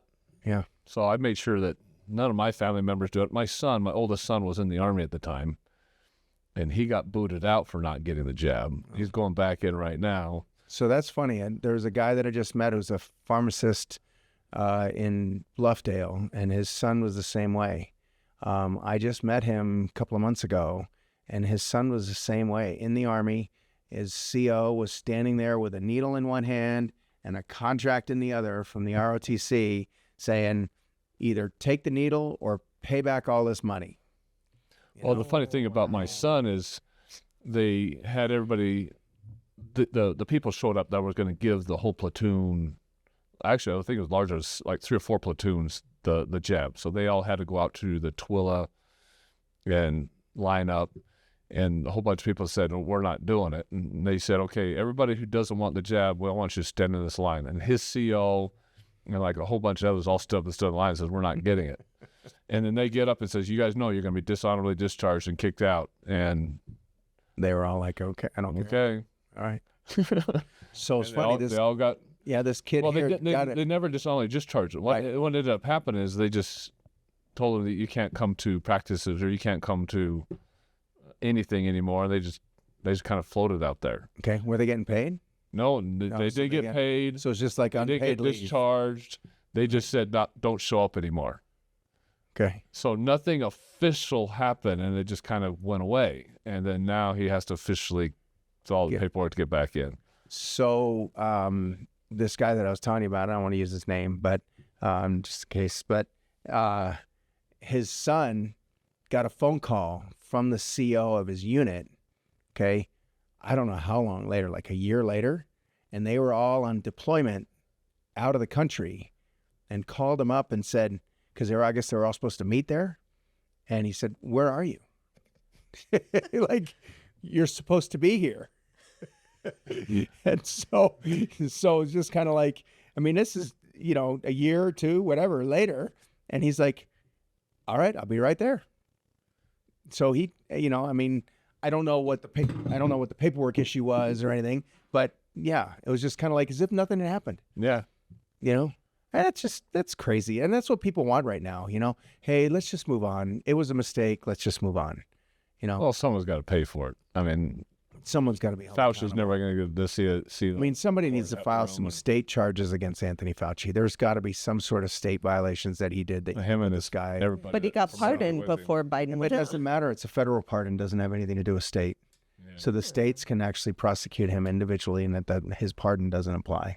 So maybe all the people with all the health problems now. Well, I mean, again, it's it just a state, Florida, Louisiana, some state needs to file charges. I heard that there was, there were 4 or 5 states that were pursuing, that potentially looking at it. Missouri, Louisiana, Florida, a number of states that were pursuing that. And if they did, then, I mean, I think there's plenty of evidence out there to claim that, he's responsible for mass genocide. Oh, yeah. So For sure. Especially with mandating everything he mandated and purposely putting people on ventilators. I mean, ventilators kill people. Yep. Just straight up just kill people. Yep. I mean, you went on one like, and then they put out ventilator protocols too that people were following. And again, this is the problem with medicine now, is that everything's a freaking protocol. Okay, it's a protocol. Everything is an algorithm. Okay, yep. And that's the way people are taught. And if it's not on that algorithm, these medical students and doctors now can't think. You were talking about thinking outside the box. The reason they don't think for themselves right now. They don't think for themselves, and that's the type of person that they're recruiting. I had a friend of mine, Doc on X that I know, and she was saying that they recruit these people on purpose. We call them cardboard docs, okay? Because that's all they do. They're inside of a box, okay? And that's all they're going to do. They're never going to think outside. They're never going to think for themselves. And that's when I'm, in that little bit that I read, that's what a differential diagnosis is. A differential diagnosis is somebody comes in with thigh pain, okay? Or they come in with an ache, a headache, okay? Your job as a physician is to question them, ask them, hey, when did it start? How long have you had it? What makes it better? What makes it worse? What can I do? Have you done anything that does make it better? Have you taken any medications? Did you get hit in the head? You just go through this whole, litany of things, okay? And what you're basically doing is by questioning that person, you are eliminating certain things that it could be. And your differential diagnosis starts out with 153 things that it can be. Okay. And then slowly by questioning them, and then by testing them, and by doing x-rays and doing blood tests and doing everything, you slowly eliminate all of those. and your differential diagnosis then gets smaller. But you can't eliminate something right off the get-go. So somebody comes in with a headache, you can't say, hey, that vaccine that you had 4 hours ago, there's no possible way that that's going to be part of your headache. So we're not even going to include that in your differential diagnosis. And that's what's being done right now. That's what's happening, is this, potential vaccine injury or potential jab injury, or, some people don't call them vaccines, but it can't be part of that differential diagnosis because it doesn't do that. And that's what these doctors think, and that's how they. You have patients that think that way, though. They'll go, the doctor's asking me. I'm like, he's a doctor. Why doesn't he tell me what I have? Well, I'm like, well, he's trying to figure out with you. Well, the problem is that these doctors are not asking questions around that because they're convinced themselves that that's not possible, that it couldn't have happened that way, and therefore they don't even entertain it. It's not even part of the equation. And that's what I'm saying is the. Well, I don't even like the whole pharmaceutical process. I mean, like I said, I've been in medical for a long time. I have a lot of sales representatives out there, and we go in doctors' offices every day, all day long. And we have to severely compete with the pharmaceutical reps. I mean, there are hundreds of them. And the pharmaceutical companies won't even let a pharmaceutical rep more than 1 or 2 drugs. So if a pharmaceutical company has 5 drugs that doctor can have, they'll send 2 or 3. They'll have 2 or 3 pharmaceutical reps going into that office. And they do everything. I mean, they're not allowed to give them kickbacks or anything like that, but their catering budgets now are obscene, spending $400, $500 a meal to bring in lunches for these doctors. And my philosophy is these doctors just get indoctrinated with these pharmaceutical reps. Learn day after day after day after day, and that's what they prescribe. And then they figure out how to bonus doctors by prescribing medications, which is technically not a kickback, but it is a kickback. Well, but they're doing it because the more they prescribe, the more they're making. It's corrupt. I used to think that oncologists were the only docs out there that were making money from their patients. No, because the oncologists make money off of the prescriptions, off of the chemotherapy that they provide, or that they prescribe. And I've known that for years. That's just been part of the oncology. Well, I've known that for years too. Okay. And in the pain world, the pain doctors it's obscene how much money they're making. Is that right? So they're getting money too back from the pharmaceutical companies for using injections for any type of your steroid or those injections are for. But are they getting that from the insurance companies for doing that, or are they getting that from the pharmaceutical companies for using their particular meds or their drugs? I'm being told that they're getting them from both. Okay. Because I know that the newsflash for me was the pediatricians that were getting paid based upon their vaccines that they were giving their kids. I had no idea that was happening. And to me, I mean, I can't own a surgical center, and then take my patients to that surgical center and operate at that surgical center. That's illegal. So how is it that a pediatrician can make money based upon not only the number of vaccines that they give, but they get more money based upon the higher percentage of their kids that are vaccinated in their practice? And that's why they kick kids out of practice, is if they don't have their vaccines. Well, I mean, like I said, we would set physicians up with analyzing equipment, whether it's a PCR analyzer or something like that. So they'd have their own in-house lab. Right. So to have an in-house laboratory, we'd always have to go and get the licenses with the different governing bodies. But we also had to make sure that they filled out a form that told the patient, says, you do not have to use this laboratory equipment. Right. I have a financial interest in it. If you want to send it someplace else, you can send it. They had to disclose that to every patient. They'd be guilty of the same thing. It's called the self-referral law and the kickback laws and a trust laws, all that kind of stuff. And yet, I don't know how, but some of these pharmaceutical companies literally have that kind of grandfathered in. Yeah, I mean, the amount of money that they spend and that they, just kind of they make. The amount of money they make is crazy. But I mean, and again, it's just like, you have medications that right across the border in Canada, the same medication is $5, and here it's $150. Well, that new law that Trump's trying to put out there is if you charge it one amount in anywhere in the world, right, that amount has to be the same way. It has to be on in the United States. I thought that was phenomenal because that's going to get rid of a lot of corruption. A lot of corruption because they're making all their money here in the United States. They're not making it anyplace else. Right. Well, and that's why they push it so much. Yep. I mean, I saw a statistic the other day where it was kind of like, I want to say it was 90% plus of all pharmaceutical meds are sold here in the United States than it is everywhere else. We're way over medicated. And I mean, I've never heard of the pharmacogenetic test. I covered this last night. We did a suicide edition last week on psychotropics and how bad psychotropics are and how overprescribed psychotropics are. And probably half the suicides in this country are caused by psychotropics not working right.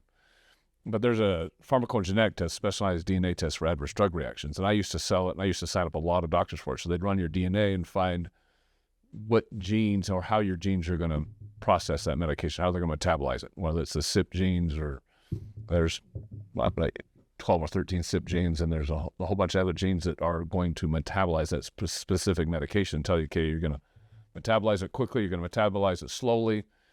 And it was huge from 2015 to 2019 or so. And then all of a sudden, Medicare, Medicaid came out and says, okay, we're not going to cover this anymore. And then the other insurance companies started not covering it.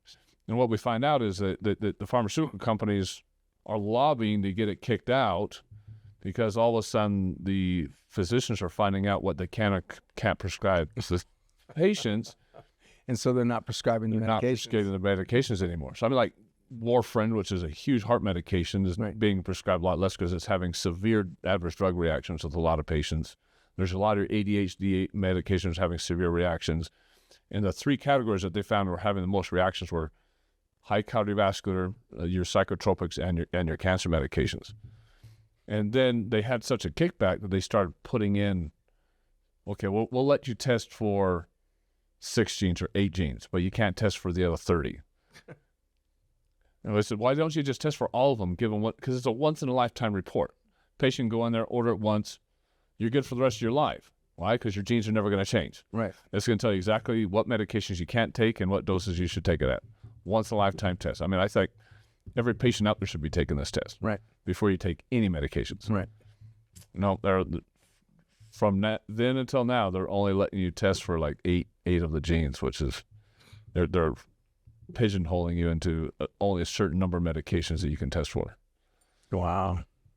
Another interesting fact is, so we were working on this, and we're also working on some cancer testing, some pre-screening, so because you can gene test and find out if you're carrying traits to have cancer, right, to get cancer. And we met with the director of IHC here in Utah. And we said, we want to bring this into IHC, and it's really hard to get into anything IHC because they're so freaking big. And he literally told me to my face when we were talking about cancer medications, we're in the business of treating cancer, not the business of curing it. In the meeting, to my face. At least he's honest. That goes along with what I was saying to you before, is how many diseases have we cured in the last 150 years? I'm sure none. Okay. No. And there's no money in curing it. Right. There's no money in curing it. And there's no, and there's no incentive. And as a matter of fact, it's a reverse incentive. They want to make people more sick. And they want to put people on a medication that then is going to require them to take other medications to deal with the side effects of the medication that they're already on. And they've accomplished that. Yes, they have. They've accomplished that in spades. Yep. I mean, like you said, we are the most medicated country in the world, and there's no, I mean, there's a distant second. Well, then you go to, like we pointed out last week, all these school shootings, right? Right. Well, everybody's trying to. That was the question that Charlie Kirk was answering, right when he got shot. Yeah, and they're trying to blame it on gun violence, right? Take our Second Amendment away, and I can guarantee you, 99.9% of those school shootings will all go back to drugs, psychotropics or something like that. Though that they were all on.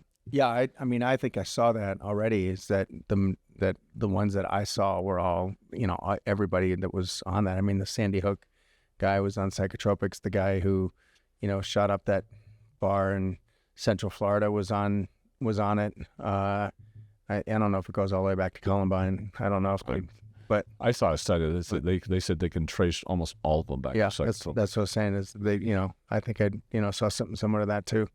So yeah. So where's your practice at now, and what are you doing?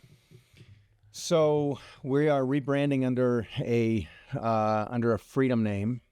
We started that back in November when I was in jail. So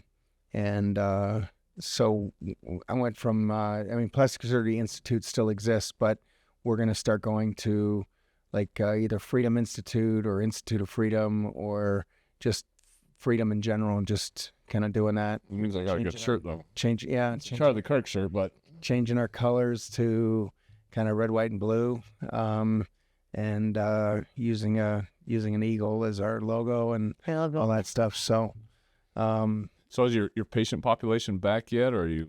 Yeah, so we're now able to kind of start, getting back out there and marketing, and I have a very loyal patient base, and like you said, there's a lot of people that do come to me now just because of that. I would say everybody who's come in here in at least the last few months, but even prior to that, Everybody wants an honest doctor. So, Yeah.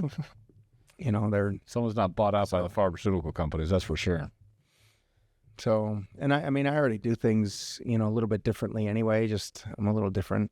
But I don't use narcotics, during my anesthesia. I don't use any gases. People are awake within 15 minutes. They don't remember it, but there's still an amnestic effect. But yeah, no, there's, I'm kind of like try to be as minimally invasive as I can and get people back to kind of normal physiology and normal state as quickly as possible. Well, it might get up to the point where you get too busy. Overpack that schedule. Well, then maybe we'll find somebody that, can come in and help me. So. Well, I know for a fact if you went back into family care, you probably would be way too busy. You probably would be way too busy. And where are you planning on opening up your facility at? So I'm in Midvale. I have an office there. I built my own facility, and is it still the same building? Or? Mm-hmm. Yeah, I'm still the same building. Still the same building. Yep. So, so I'm actually in Sandy City. My mailing address is Midvale. It's kind of a weird little. I practiced for a dentist there, where we were off of Union Park Avenue. Yeah, so it's just kind of like I have Cottonwood Heights Utilities and I have Sandy Utilities, and my mailing address is Midvale. It's kind of it's just a weird little place, right? Yeah, I'm right across the street from Asian Star. So it's a popular place in Salt Lake that people go to. So financially, have you been able to rebound from losing $800,000? Well, like I said, it's losing $800,000. Plus, I also lost 2/3 of my business volume. So, I was doing a lot better business back then, just because I had, more marketing, more people, more ability to kind of continue to do things. And so, yeah, it's been I've probably lost in the last 3 years. I've probably lost $5 to $6 million in revenue, and lost in legal expenses and everything else. So, working on it, trying to get back. So, what was the exact date again that you got that dropped? So, I was indicted on January 23rd or January 11th of 2023, and then got dropped. When they dropped July 12th of this year. Of this year. So 2.5 years. Just a couple months ago. Right. Yeah, I was at work when I started. Celebrate that date every year from now on. Yeah, that's going to be my new birthday. Birthday. Sure. So from then to now, how much have you been able to rebound much, or is it? July, August tend to be my slowest months because it's cosmetic business. August, everybody's kind of getting back and going back to school and and everything else, and so it's business in general starts to pick up in September, October. So I'm just hoping to just kind of rebound to where we were. You add COVID in with everything that happened, and so COVID and the COVID vaccine and and all of that other stuff that was that was going on, and then obviously the indictment, and in general, publicity is a good thing, regardless of whether it's negative or positive. All publicity is good publicity, but when you can't even generate your own publicity, then and you can't do your own marketing. Podcasts like this are going to help. So they do. So this is free publicity, so you're going to get out there. You're going to definitely get out there, so it's all going to be good. I know where I'm going if I need some surgery. Okay. Well, thank you. Have you ever seen those prosecutors ever, after that? No. I want to talk to the jury. I want to, if any of the jurors see this, you're not precluded from contacting me. I want to know what your thoughts are. No bad feelings. We'll have you back on. Everybody just want to know. I'm really curious to know what their thoughts were during the case. Well, you never saw the judge, never saw the prosecutors after that. Nope. I don't want to see them. No. So I might, I can't say that. Well, that's an amazing story. I can see where the difference in administration just changes everything. Because it's not just your story. The stories that I've been hearing from military and how there's a lot of military people who are getting prosecuted from the previous administration. There's a lot of weaponization that happened in the Biden era. And it started in the Obama era, but there's a considerable amount of weaponization that happened. It's still there. It's still there. There's still people out there that are still being prosecuted. There's the DOJ that's still doing some really weird things. There's a guy, there's some military stuff that people still haven't been reinstated, even though they were supposed to be. And a lot of it's gotten to be kind of somewhat personal. And so if they're able to kind of keep it quiet and keep it, within their ranks or, within their squadron or within their platoon or, whatever it is, they're still able to get away with a lot. Well, I know that, like I said, I listen to Sean Ryan's show a lot. So there was one guy that was in jail. They wouldn't even let him see his own attorneys. They wouldn't let him present any evidence. So he was literally just getting lambasted. Yeah. And then he got pardoned by Trump. And then they said, fine, we're going to pardon and let you go, but we're taking your Eagle, which was his, he was a Navy SEAL. They're taking his SEAL away. And then Trump called up and said, no, you can't take his Trident away.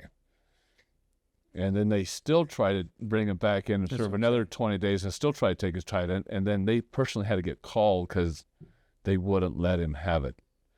And he literally went into the office to go get it. And they tried arresting him in the office and said, what are you doing here? You're not supposed to be here. And he literally had to text out and have them texted right then and there because they knew it. Yeah. That's what I'm saying. It's the deep state. There's a lot thick out there. Right. It is. I mean, it's just kind of like it gets to be, like a personal thing. I mean, there's a guy that I know that was treating people with COVID with, monoclonal antibodies. And then he, when monoclonal antibodies got shut down by Joe Biden because they, wanted to get the vaccine in for everybody, he complained about it, was on Fox News about it. And then 4 months later, he gets indicted. His case gets dismissed with a 98-page judge's decision, saying, hey, your case is dismissed. And now the federal government is appealing that decision. So it's making him go back to court, even though there's a very well-reasoned book-length reason for, dismissing his case. They're still trying to, go after him. People are just still trying to prove a point. Yep.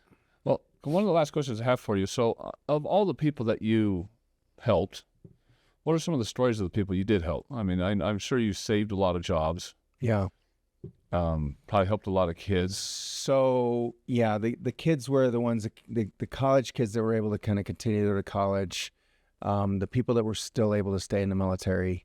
And then I probably had a half dozen people. So there was a guy who was doing some, I guess I can't be covert, but semi-covert work, getting people out of Afghanistan. And they were, his job was requiring him to kind of have a COVID shot. So I gave him one so that he was able to go over there. And my understanding is, it was a successful trip where they were able to get 12 people out. So that's cool. And then I had people that were denied transplants. My very last patient, a lady by the name of Bethany, I believe it was a kidney transplant, was taken off the kidney transplant list because she didn't have a COVID shot. So you literally saved lives. I mean, like literally. Yeah. Yeah. Like literally, because if she hadn't got a vaccine, she would have died. And if she had gotten a vaccine, she probably would have died. Right. So either way. Well, yeah. We don't know that side of it, right? I mean, not everybody gets a vaccine. State. But I had, I had a lot number E8731, which was a Pfizer lot number, which has the highest mortality of any of the lot numbers, and that was one of the lots that they had sent me. So I know that, I don't know how many shots that I got in that lot number, but the mortality out of that was the highest nationally of all the lot numbers, and that was sent to me. So, so But you have a lot of people are grateful for you, a lot of students. Yeah, Jim Thorpe did an analysis based upon the Pfizer data, and he said that I saved, if you take 4,000 people, I saved at least 8.4 lives and 280 people from having, Cardiovascular problems. From having complications. And then Margaret Aranda, another anesthesiologist, kind of said, well, if you double that because he kept other people from using that, then that's probably a more appropriate number. So, 17 people and 560, but, ultimately, yeah. So, look, it's really satisfying. I guess I just want to say it's not the reason why I did it. I mean, I didn't do it necessarily just because I'm like, I'm going to save your life, or I'm saving your life, or doing whatever. I just did it just because it was the right thing to do. I mean, it's just, I don't know how, as a physician or as a nurse or anybody in medicine, how you can, like you heard me in that little clip that you said, where, how you can give somebody a shot and you don't really know what's in it. And, and that's, if there's a couple of things that I could say for people, if you're going to a pediatrician, before you allow them to give you a shot, have them read to you what the ingredients are, or have them tell you what the ingredients are of any of those vaccines. And when they start reading off, I don't think thimerosal is in them anymore, but aluminum, fetal bovine tissue, formaldehyde, polysorbate 20, polysorbate 80, okay, all of those ingredients that are in there, there's like 37 ingredients, okay? And have the pediatrician tell you what those ingredients are, okay? Or ask them. Cause cancer. So, just ask them to, hey, what are the ingredients? And if they don't know what those ingredients are and they can't tell you what they are, then you need to leave and go find somebody else, okay? But nobody should not know what's in the ingredient. And again, I don't inject them, so I don't know what's in all of them. But I just know that, numerically there's 37 ingredients in these vaccines that are currently on the childhood schedule. So that's the first thing. Second thing is, nobody looks out for you like you, okay? So you've got to look out for yourself. You can't believe that the government is going to do what's in your best interest. Only you are going to do that for yourself. So do your own research, read about things. If you want to go get vaccines, but at least know what it is that you're getting. And don't just allow yourself to be hyped up by all the propaganda that's out there. And then I borrowed this from somebody else. One of my mottos is just do not comply. Okay. The government is lying to you on every level. Everybody's lying to us on every level. So do not comply. Push back, do your own research. And then I truly think they want us dead. So that's one of the reasons why I started this podcast, because I pushed back a lot, and I wouldn't get that vaccine for nothing. Or no one convinced me. I wouldn't even put on my mask. The only time I had a mask on was when I was flying, because I was either get kicked off the plane or put it on. And even then, I'd put it down below my nose when the flight attendant walked by. Right. Right. Or I'm just constantly eating or constantly drinking. Just take a bag of peanuts with you on the airplane and just kind of like eat one of them every 30 seconds. So yeah, for sure. I mean, that was constant. It was funny because I went you think about that. Okay, what's the common sense of that, right? Outside of the airport in the terminal, they're making you stand 6 feet apart with a mask. Okay, and I never wore a mask in the terminal. Well, I know, and I didn't either. But my point is, that's what they wanted you to do. Okay, stand 6 feet apart, wear a mask, and then they put you in an airplane, shoulder to shoulder, back to back, with a mask on. Okay, and you can take it off to eat. Okay, I can't tell you the number of times I got in an argument with somebody where you're sitting here at a table and you can take your mask off, but if you're standing up and you're up here, I was just kind of like, hey, the virus only lives up there, is what I would, when you go to a restaurant where you have to walk in with it, but as soon as you get to the booth, you can take it off. Right. That's exactly what I'm saying. It just doesn't make any sense. That made a ton of sense. It was funny because I was going to a NFL game, and we went to the Raiders-Chiefs game down in Las Vegas, and you couldn't get into the game without a card. And I don't know if I should be admitting this, but I actually made one. I'm a great graphic artist, and I can design a lot of stuff. Look, and you could put my card against the real card together. You couldn't tell the difference. And I just had my wife sign it because she's got a good signature. I've never even seen a. So there was a guy here in Utah that spent a year in jail. I got in the game with it. Really? Okay, a guy in Utah and a guy in Chicago, or not, a guy in Utah and a guy in New York got indicted by the same prosecutor that prosecuted my case, Todd Boughton. And he took a plea deal, spent a year in jail and a $40,000 fine. Wow. So, yeah. But they want to put me in jail for up to 35 years and fine me like $720,000. Well, they got the $720,000 out of you. Yeah. Well, they didn't, but somebody else did. But that's the whole scheme too. Anyway, so. Well, I love the podcast. Love having you on. We're going to get to know each other outside of this really well and do some other stuff together. I'm glad I met you at that. Yeah, well, thanks for coming to that. So, and thanks for sticking around. It got a little late, a little dark. So, it was a phenomenal story. So I definitely wanted to get you on.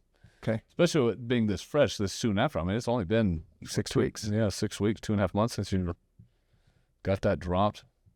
Well, yeah. Life's got to be completely different now because it's been going on for years, and you just probably find yourself with a whole lot more time and headspace now. This has got to be. Well, there's other things that kind of, kick back in, and I'm actually probably more tired now than I was, although How was that even possible? That's draining. I mean, it was draining, but I don't know. I mean, it's nonstop now. It was nonstop then too. How many? Just different. So how many interviews and podcasts have you done so far? Oh gosh, I don't know. I mean, constant. Yeah, I was doing, for the first 4 to 6 weeks, I was probably doing 10 or 12 a week. Wow. So yeah. How do you maintain your mental health during all this? You go jog. Up to you. I drink a lot of wine. No, I'm just kidding. No, I don't know. I don't drink a lot of wine. I just, I keep myself busy I'm constantly reading, constantly studying, constantly learning about stuff.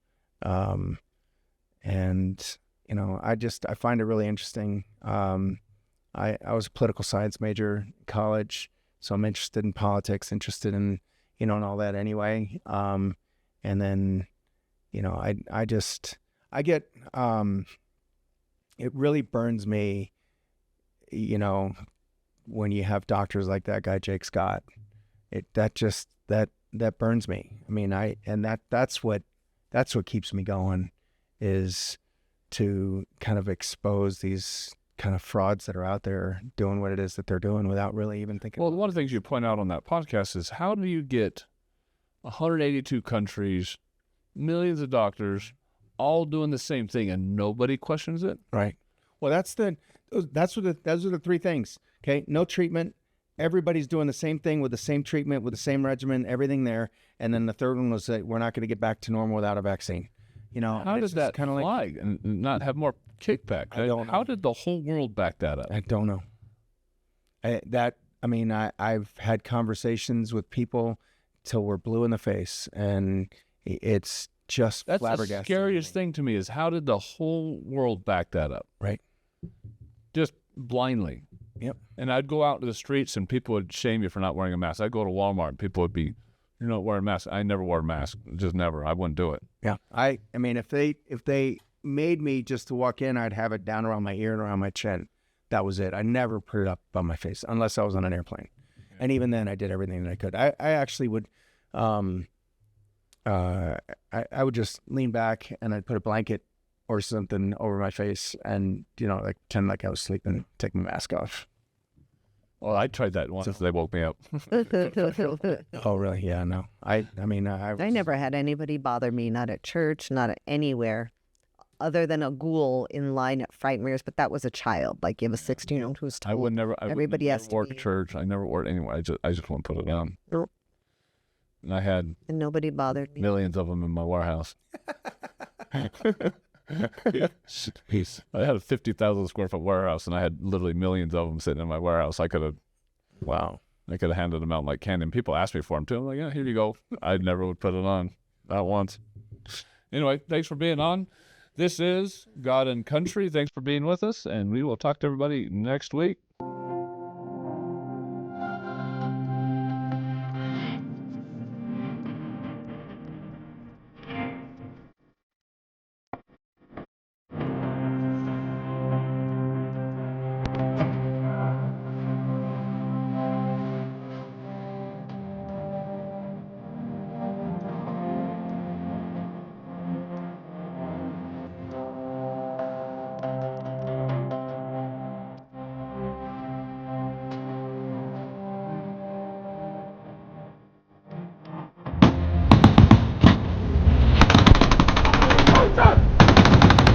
I can't see